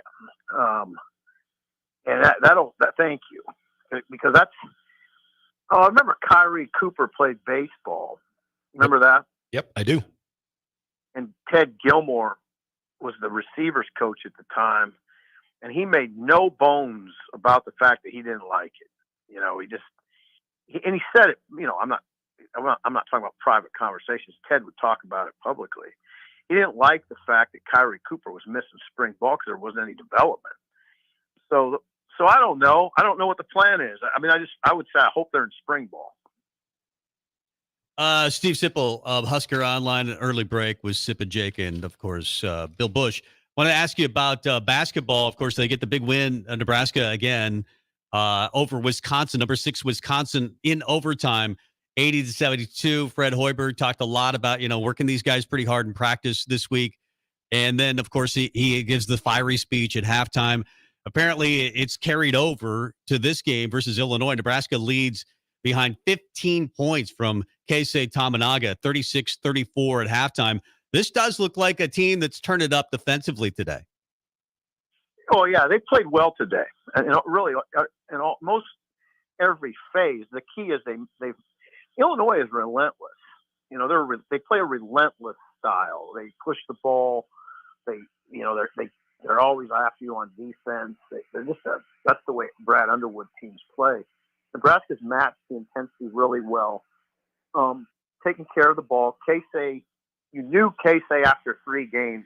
I said on our show on Friday, there's no way he's gonna come out of it. I didn't know. I didn't know for sure it would be today, but I knew. Keisei's too good of a shooter not to come out of that slump pretty quickly. What I think is very simple. They're good. This is a good team. Nebraska's. They're just. I'm not saying I expected them to be leading Illinois. But I watch them closely, and the road results notwithstanding, they're good. And I don't get into the whole road. I don't really get into that so much with this team. They're going to win some road games down the stretch, and that narrative soon enough will go by the wayside. Wouldn't be surprised if they beat Northwestern, actually, the way they're playing right now. So that narrative will be gone soon enough. And we'll be talking about a team that wins a lot of games down the stretch and is in the NCAA tournament. They just look like that type of team to me. If they win today, you beat number 14 on the road. That almost seals it for me. I mean, you're pretty close to being in the tournament. Maybe you need some more home wins, but that's a big win if they win on the road versus Illinois today. Yeah, just barring a collapse down the stretch, which there's no evidence of any collapse. It looks like they're getting better. We'll see what happens in the second half. And, that's good. You got me on. I think this game will go to the wire. It's hard to tell who will win right now. I just think it'll go down to the final few possessions. I don't see Illinois sprinting off. I think I think they're equal to this task today. Well, we'll let you go, Steve. The second half is about to start. I don't want you to miss any of it. Good conversation, guys, and I always like coming on with you. So appreciate you coming on, man. We sure appreciate it. Thank you, Steve.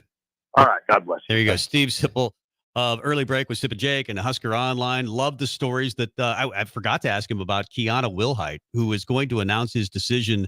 It looks like between Nebraska and LSU. He's a 3-star defensive end, 6'4", 230, and would be a nice little pickup for the 2024 class for Matt Rule if he gets him on Wednesday. That's the second signing day. Yeah, and then the numbers game really takes flight on Wednesday. Once we know some guys are going to have to leave. And it's. I think there's going to be conversations had before spring ball, probably with some guys on maybe do they want to potentially guys that are coming back from an injury that may not be in the rotation anytime soon, if ever. Do you have those conversations? Yeah. Maybe there's some that you sit there and say, hey, we've got some NIL money that's going to be equivalent to the scholarship and everything else you would get, plus an extra whatever $1,000. But yeah, the roster management by Matt Rule and his staff over the course of ultimately the next 7 months, because you've got to get through up until August 31st for the first game of the year. But they're going to open fall camp and they're going to need to be down to 85 scholarships. So we'll see. It's going to be really, really interesting. Rink Mask has turned down a couple of 3-point shots early in the second half. Both teams have traded 2 baskets each. Bryce Williams has looked pretty good, but then the air balls that particular shot. Shoots an air ball. He hit a couple. He hit a mid-range shot, but both teams have scored 4 points out of the lower. Nebraska 2, Illinois 4, so it's tied at 38 with 18 minutes and 16 seconds left to go in the second half. Illinois scores again. They're getting inside too early, or too easily, I should say, on Nebraska here early in the second half. But you knew that Illinois would make a run. They might, heck, open this thing up a bit. Nebraska needs to answer that. That's one of the things that Fred Hoiberg is talking about. When things go wrong, when things go badly, how do we react? And right now, Illinois is on a big run. They're up 4 now. And, it's interesting just watching the opening couple of minutes here, not even, I guess, opening couple of minutes. Illinois does nothing but shoot threes. They're one of the best teams at it, and they have completely changed their game plan out of halftime. Yep. They are getting run off the 3-point line. They're waiting to get run off the 3-point line so that they can attack inside. We'll see how Nebraska counters. Everything by Illinois has been at the rim, and Nebraska gets a nice little hook, a running hook there by Jamarcus Lawrence, who I thought was one of the important guys for Nebraska. I thought he had to play well today. He's played okay. Casey has obviously played off his rocker. Rinks played okay. But Casey is the one that's keeping him in it. And I do look at Josiah Alec and the intensity that he plays with. He's a little bit like Sam Hoiberg sometimes. He just gives this team a lift without having to score. But that's, again, another basket at the rim for Illinois. Every basket has been right at the rim. Nebraska needs to shut that off and force them back to the 3-point line because they were taking a lot of threes, as you mentioned, in that first half and weren't hitting them. And Nebraska seems to be settling a little bit. It's good defense. You got to credit that Illinois defense, and a miss there by Bryce Williams. And Nebraska had a chance to get the rebound, and they didn't get it. And here comes a 3 from Illinois. Wow. They are on a run. This is where I sometimes will, if you're with me at games, Mike, you see me demanding a timeout. And finally, Fred Hoiberg gives me what I want. Yeah, A timeout. Illinois was 3 of 13 in the first half from beyond the arc, 1 of 1 here in the second half early on. But Brad Underwood completely changed up the game plan, and that's kind of what I wondered. Now, how does Fred's got to counter? This is what they talk. This is the game of chess and at how it's going to get played. What do you do with your defense now if you're Nebraska? Do you let them be out on the 3-point line so that you can double down on the post to try to take away these? I mean, it hasn't even been contested shots. They're just wide open layups and dunks. The thing that concerns me with this team sometimes, especially on the road, we saw it at Maryland. It was a fairly close game. Nebraska makes a little bit of a run, and you think, well, it could be an 8-point game at halftime. Instead, Maryland, with the last 2 minutes of the first half, goes on a big run and basically ends that game. Yeah. What happens? How does Nebraska react when Illinois comes out of the locker room, down 2, takes a 7-point lead? It's 47-40. How do you react out of this timeout? And that's going to be key. And don't get blown out. You're going to lose these games. I understand. Illinois is really good, but don't get blown out. Well, and the one thing that I was expecting Bryce Williams to be good in the second half, because normally he's a guy that when he's really good in a half, maybe the next half is not his best, but when he plays not great, and he was not great in the first half, 2 of 6, 0 of 3 from 3-point land. So far this half, he shot an air ball on a wide open 2-point shot from 12 feet and a 3-point shot that he shot from maybe 20 feet that hit the back of the backboard or hit the backboard and then the far side of the rim like he was shooting from 23 feet. He did make a mid-range jumper to start the second half. But you're right. I wish he would sometimes stay at the mid-range. And I know Fred doesn't always like the mid-range jumper, but Bryce is actually very good at it. Like that free throw line jumper, if he can get his man to about he's one of the best free throw shooters in the Big Ten. That's probably the reason he's good at the free throw line jumper. But that's the point. But like he just had that 12 to 15 footer on the right elbow that he shot an air ball. Yeah. And it was uncontested. Like he just shot an air ball from 15 feet. Well, I'm sure the concerted effort by Illinois in the second half is to shut down Tamanaga and make everybody else beat you. I mean, why wouldn't that be the philosophy? Along with get to the rim, which they have done. Almost everything outside of 1 3-point shot for Illinois has been at the rim.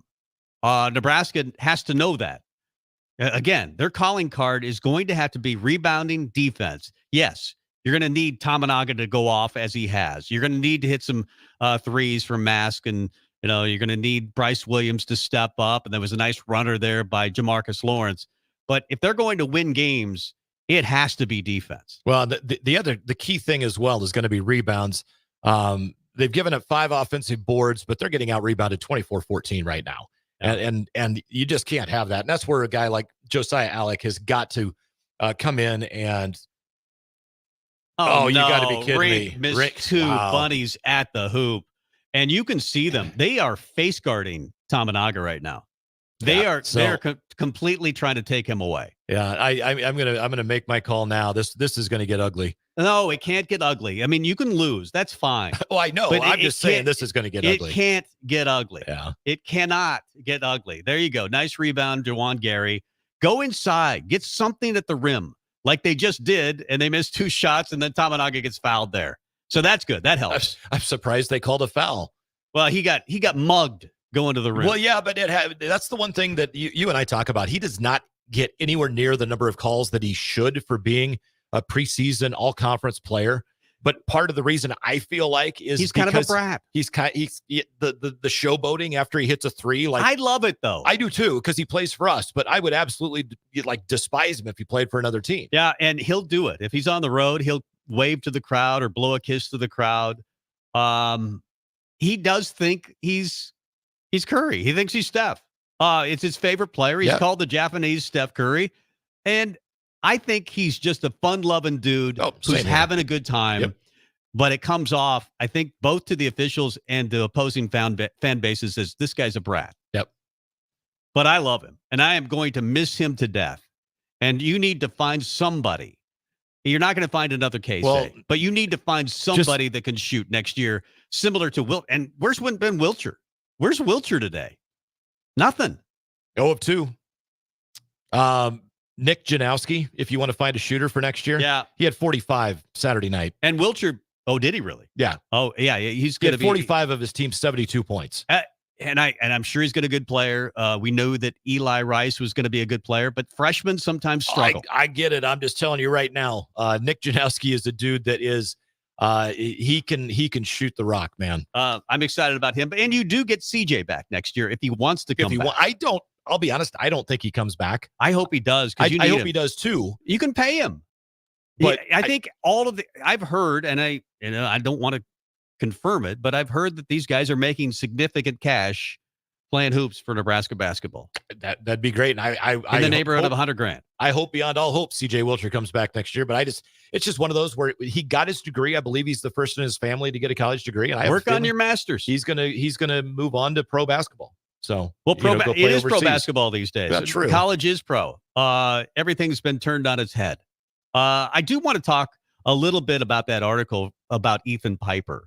Yep. You liked it. I liked it. He had some revealing things to say to Evan Bland. It was a well-written article by Evan Bland of the Omaha World Herald and the Lincoln Journal-Star, because they write for each other now. They're owned by the same company. So you see the same articles in both papers. But talk a little bit about Ethan Piper and whatever. We'll talk some more Husker. We'll do our Husker E's too for That's right. Some athlete awards. The Husker E's are awards instead of the Grammys. And it's not well researched. No, this is an idea we came up with 5 minutes before the show, and we decided to have some fun with it. So jump on the Sutter Heyman text line, and you'll jump in here in a minute. Please react. We'll get the break, come back with more after this. Dance like a dad. It's a great way to make a moment with your kids. First, I hold my hands out like they're on a steering wheel. Then I look over my shoulder. Next, I put it in reverse. Visit fatherhood.gov. Brought to you by the U.S. Department of Health and Human Services and the Ad Council. A wise nation honors and learns from its past. I'm Jenny Benson, president of the Nebraska State Education Association. February is Black History Month, a celebration of the contributions that African Americans have made to American history in their struggles for freedom and equality. Knowledge is our strongest tool against injustice.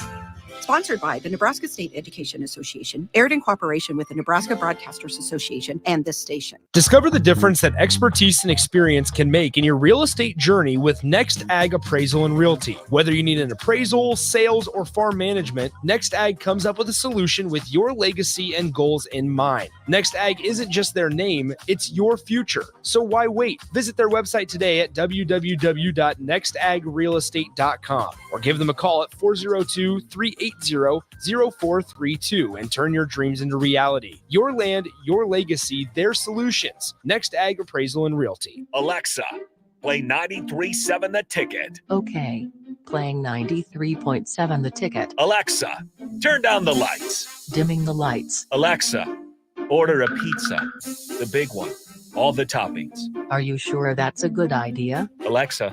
That's a lot of pizza for just one man. Alexa, just do it. Stop judging me, just do it. As you wish. Thanks, Alexa. You're my best friend. We wait all pro football season for the big game. But will you come out on top? Warhorse Festival of Games is putting you at the center of the action with 2 chances to win big. Earn entries for our $100,000 prop card challenge daily at Warhorse Casino Lincoln. Enjoy slots, sports wagering, and horse racing. Then make your picks about the big game to be eligible to win. Qualifying entries will also be put in the running for your share of the $20,000 grand prize drawing. Increase your luck for the drawing by playing free online games on the Festival of Games website. Skip the trip to Vegas and get in on the big game right here at Lincoln's favorite place to play. And if that's not enough, our $1 Million Bracket Challenge for college basketball is coming soon. Full details are online at warhorsecasino.com. Warhorse Casino Lincoln, just minutes from downtown at Highway 77 and West Denton Road. Why not today? Must be 21 or older to gamble. Gambling problem? Call 1-833-BET-OVER. Delicious, decadent, scrumptious, delightful.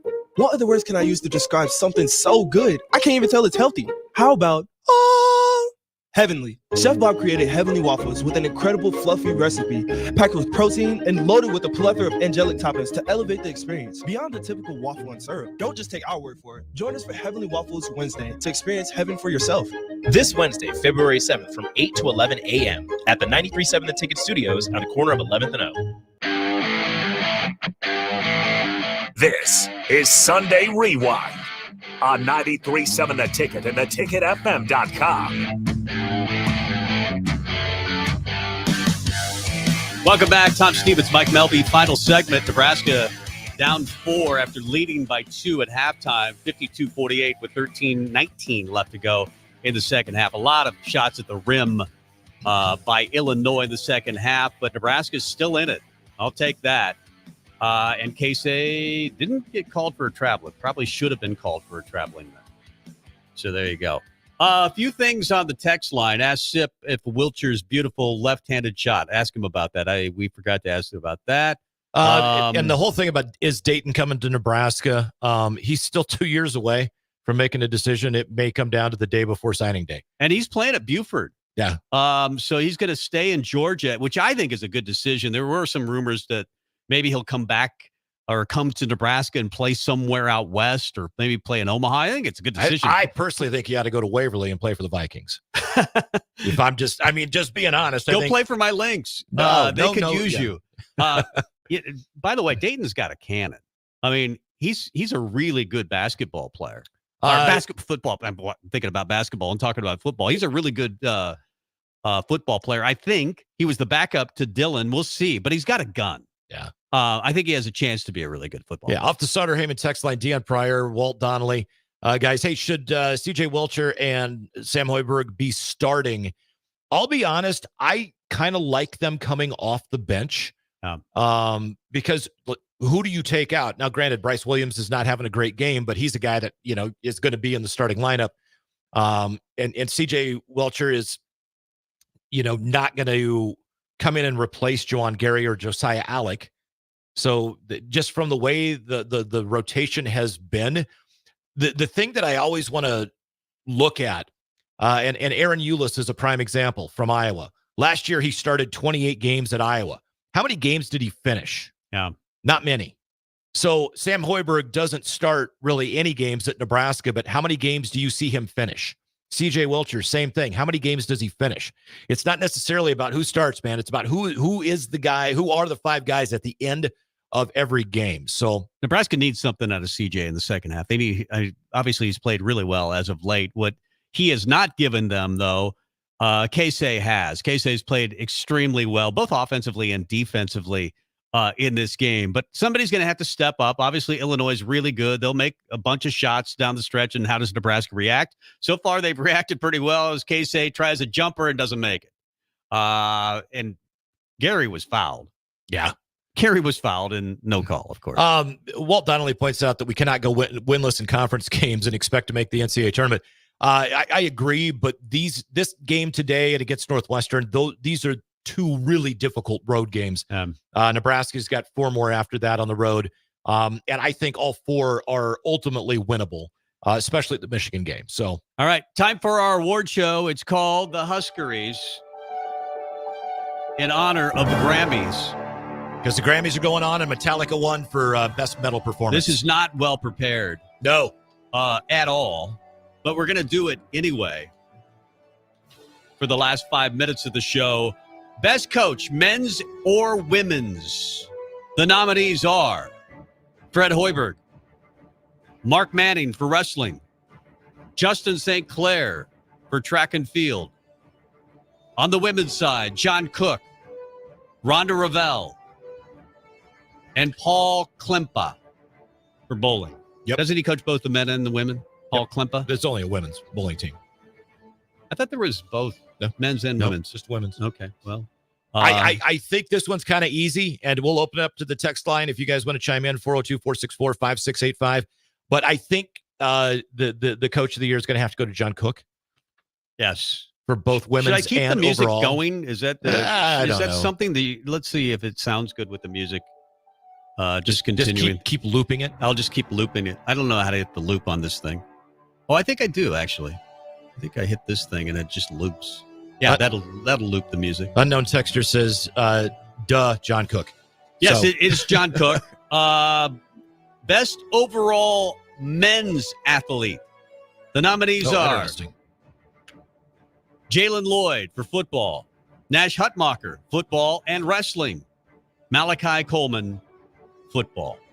But Jalen Lloyd and Malachi Coleman and Jaden Doss and Bryce Turner, football and track and field.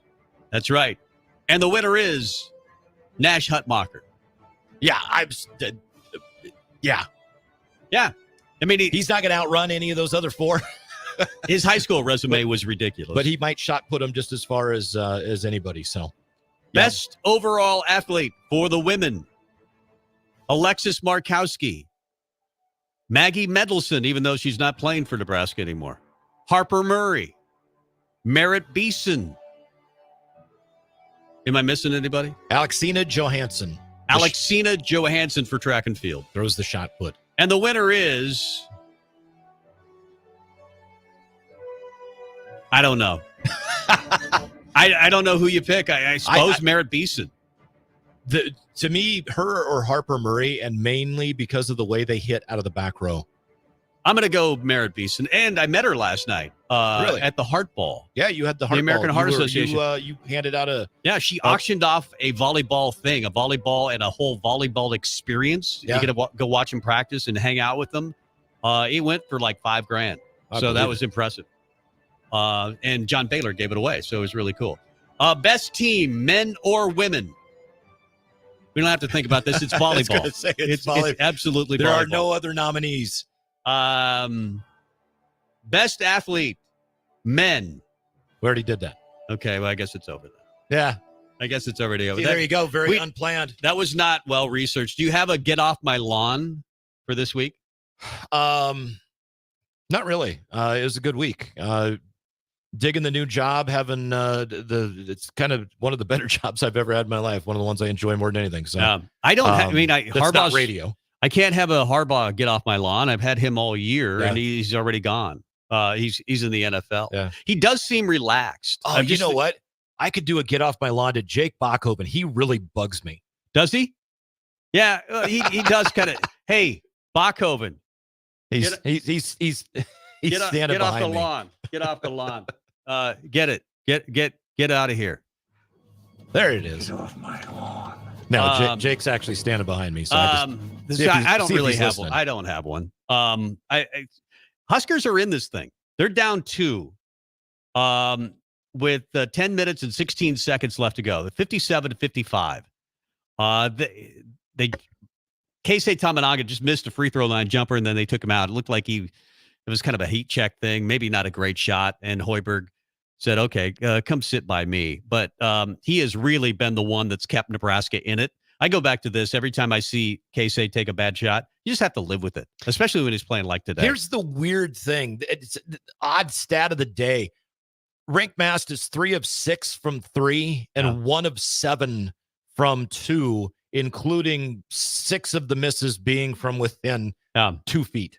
Yeah, he really did miss a bunny. 2 of them. A couple Because then of he got an bunnies. offensive rebound. I like the aggression, though. I mean, there's just a lot of bigs in this league, and some of them are more athletic. Many of them are more athletic than Rink. He tends to play really well at home and not as well on the road. That's this team in general, but they're playing pretty well. And if they can pull it off in the next 10 minutes and 17 seconds, I think that it doesn't seal the NCAA tournament, but you are a heck of a lot closer if you get there. I mean, you still got tons of games to play Yeah. here. They've played 22. They've got 8 left. This is game 23. They've got 8 left after tonight. But it's going to be an uphill battle. 10 minutes, 15 seconds left, down by 3, soon to be 4. Yep. And it is what it is. Bottom line, hold serve at home, pick up a road win against Michigan, win a game in the Big Ten tournament, and you're a 7 seed. Score prediction for next week in the Super Bowl. Because I hate Kansas City so much, I'm going to go ahead and actually pick against them, even though it's like a double reverse jinx thing. 49ers 31, Kansas City 30. 28-24 49ers. Because I'm just like you. I'm rooting against Kansas City. I don't really like them. Let's leave. Yeah, let's do we that. will not be here next week, but we will be Super here Bowl. in 2 weeks. I know Bach's got the post-game show as soon as Nebraska-Illinois is over. Make sure you come back to 93.7 The Ticket. Check out the Hoops post-game show. I'm sure he'll have E. Strick on from his home and on the Sarter Heyman stream. Mike, we'll see you in 2 weeks. Yep. Be back the week after the Super Bowl. See ya. See ya. Bye-bye.